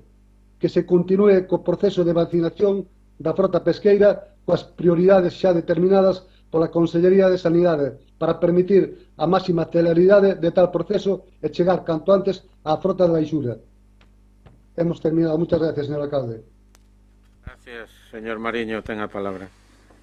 Muchas gracias, señor alcalde. Señor Cobas, tiene usted toda la razón en muchos temas que ha dicho. Con respecto también a otras autonomías y las declaraciones de la ministra, también le digo que tiene usted razón y además metiendo miedo a la gente, a la población en el tema de las vacunas, y así nos va. Y respecto a las competencias de cada uno, mire usted, señor Vila, señor Cobas, al marinero, al vecino, lo que le interesa es que le vacunen, sea quien sea, pero que le vacunen de una vez. Si a las autonomías le dieran también más libertad para adquirir vacunas, etcétera, etcétera, también otro gallo cantaría. Así va este país. Pero miren, señores concejales, este grupo ha traído esta moción ante la enorme preocupación que existía y existe en el sector del mar, y ya lo extiendo a la población entera, por la falta de una campaña de vacunas eficiente y desde los que gobiernan también eficiente en dar la información. A nuestro partido se han dirigido varias familias de marineros para pedirnos que desde el ayuntamiento se hicieran fuerza para solicitar la vacunación, como se está haciendo ahora. Sobre todo para los marineros que pasan largas temporadas en el mar. Quiero hacer hincapié de algunos casos que nos han comentado, que son citados cuando están lejos de tierra y no le dan una alternativa rápida o solución en ese mismo instante. Pura burocracia. El virus no entiende de burocracia. Me alegra saber que desde que se ha presentado esta moción algo se ha empezado a mover. No sé si el señor Feijóo escuchó la moción del PBI, incluido las enmiendas. La preocupación ha ido en aumento, puesto que en ese momento estaban afectados algún barco de nuestros puertos. Señores concejales, no hace falta recordar que en este sector se comparten bastantes espacios y las medidas de prevención en tierra firme son difíciles de mantener a bordo, como ustedes bien saben. En palabras estos días a través del presidente de la Federación Nacional de Cofradías, decía, si mal no recordaba yo y anotaba, no somos Hércules, no podemos pasarnos las cajas de pescado con los brazos extendidos a distancia de 1,5 metros. Hace unos días el consejero de Sanidad confirmaba el inicio de la vacunación, de la cual nos alegramos. Desde aquí insistimos, de ahí la moción, en que se haga con la máxima celeridad, esperando que ese mal llamado, por algunos gobernantes, esa inmunidad de rebaño, aquí no hay rebaño que valga, aquí hay inmunidad y vacuna, vacuna y vacuna. Déjense de hablar de inmunidad de rebaño como hacen algunos. El otro día, estas mentes pensantes también decían que para difuntos estaremos todos vacunados. No voy a jugar ya con las palabras de para difuntos, pero de aquí a difuntos posiblemente caigan muchas empresas de este país si no se aumenta la celeridad en el ritmo de vacunación. Esperemos que podamos erradicar esta pandemia y empecemos a crecer de verdad. Pues aquí hay algún miembro de algunos de sus partidos que dicen que estamos creciendo ya un 4%. De maravilla, si no fuera que caímos el año pasado un 10%. En fin, ahora las matemáticas no son como las matemáticas del EGB, que estudiábamos algunos antes. La enmienda, señor Doval, también la lengua o la literatura, o la lengua castellana o la lengua que quieran ustedes, a lo mejor es distinta de como estudiábamos antes. Pero la enmienda que ustedes traen aquí es siempre para poner, como decía el señor Surso hace un momento, la guinda y guinda y guindilla en toda y cada una de las mociones que vienen todos estos 2 años aquí. Y si vienen del PBI, enmienda rápidamente. Entonces, pues si mal no entendemos, señor Doval, la enmienda viene a decir prácticamente igual que lo que viene diciendo el PBI. Otro día, si quiere, se la podemos redactar. Entonces, dicho eso, señor Doval, señores del Partido Popular, votaremos en contra de la enmienda, la enésima enmienda. Como he dicho el otro día en prensa, el mandato de las enmiendas, votaremos en contra de la enmienda y, por supuesto, a favor de nuestra moción. Y agradezco también a los grupos que apoyen esta moción. Nada más, muchas gracias. Nada, señor Mariño, reitero, la enmienda es una forma de acercar posturas. De outra forma, como llevamos a votar a vostede algo que podía ter sentido fai un mes, pero que obvia que xa ese proceso de vacunación se está levando adiante, que 400 mariñeiros esta mesma semana foron vacunados, que a flota do cerco e a flota o arrastre, que é donde máis mariñeiros van, porque recordo que na frota artesanal como máximo 4 nun barco, 5 como máximo. Polo tanto, as maiores flotas, donde van 12, 13, 14 homes, están sendo vacunadas. Entonces, creo que a emenda ten absolutamente toda a lógica do mundo cando as circunstancias cambiaron en estes 40 días que transcurriron desde a presentación da súa. Se usted non ve que eso é unha forma de chegar a acordos, simplemente teríamos que votar que non á súa. En cambio, usted está en contra de que solicitemos que se acelere o proceso de vacunación. Se eso non é ir en contra precisamente de outro grupo polo feito de ir, en este caso, o que co seu voto negativo, quen está indo en contra é deses mariñeiros que di que quer proteger. Ao final parece que o único que quere atacar é a este grupo político a toda costa. Entonces creo que o seu propio argumento debía o vostede, verdad, asimilar e cambiar, porque vai a votar usted en contra de acelerar o proceso de vacunación á flota de baixura, punto. Entonces, se lle parece, pasamos a votar a emenda, votos a favor da mesma, votos en contra,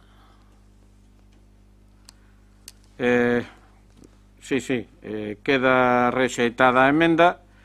Votos a favor da emenda do señor Mariño, da proposta do señor Mariño.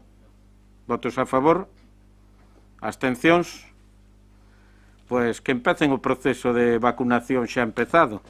Si eso lle fixo un especial placer, noraboa, que teñan todas boas noites. Levántase. Hasta mañá, señores. Hasta mañá, chao.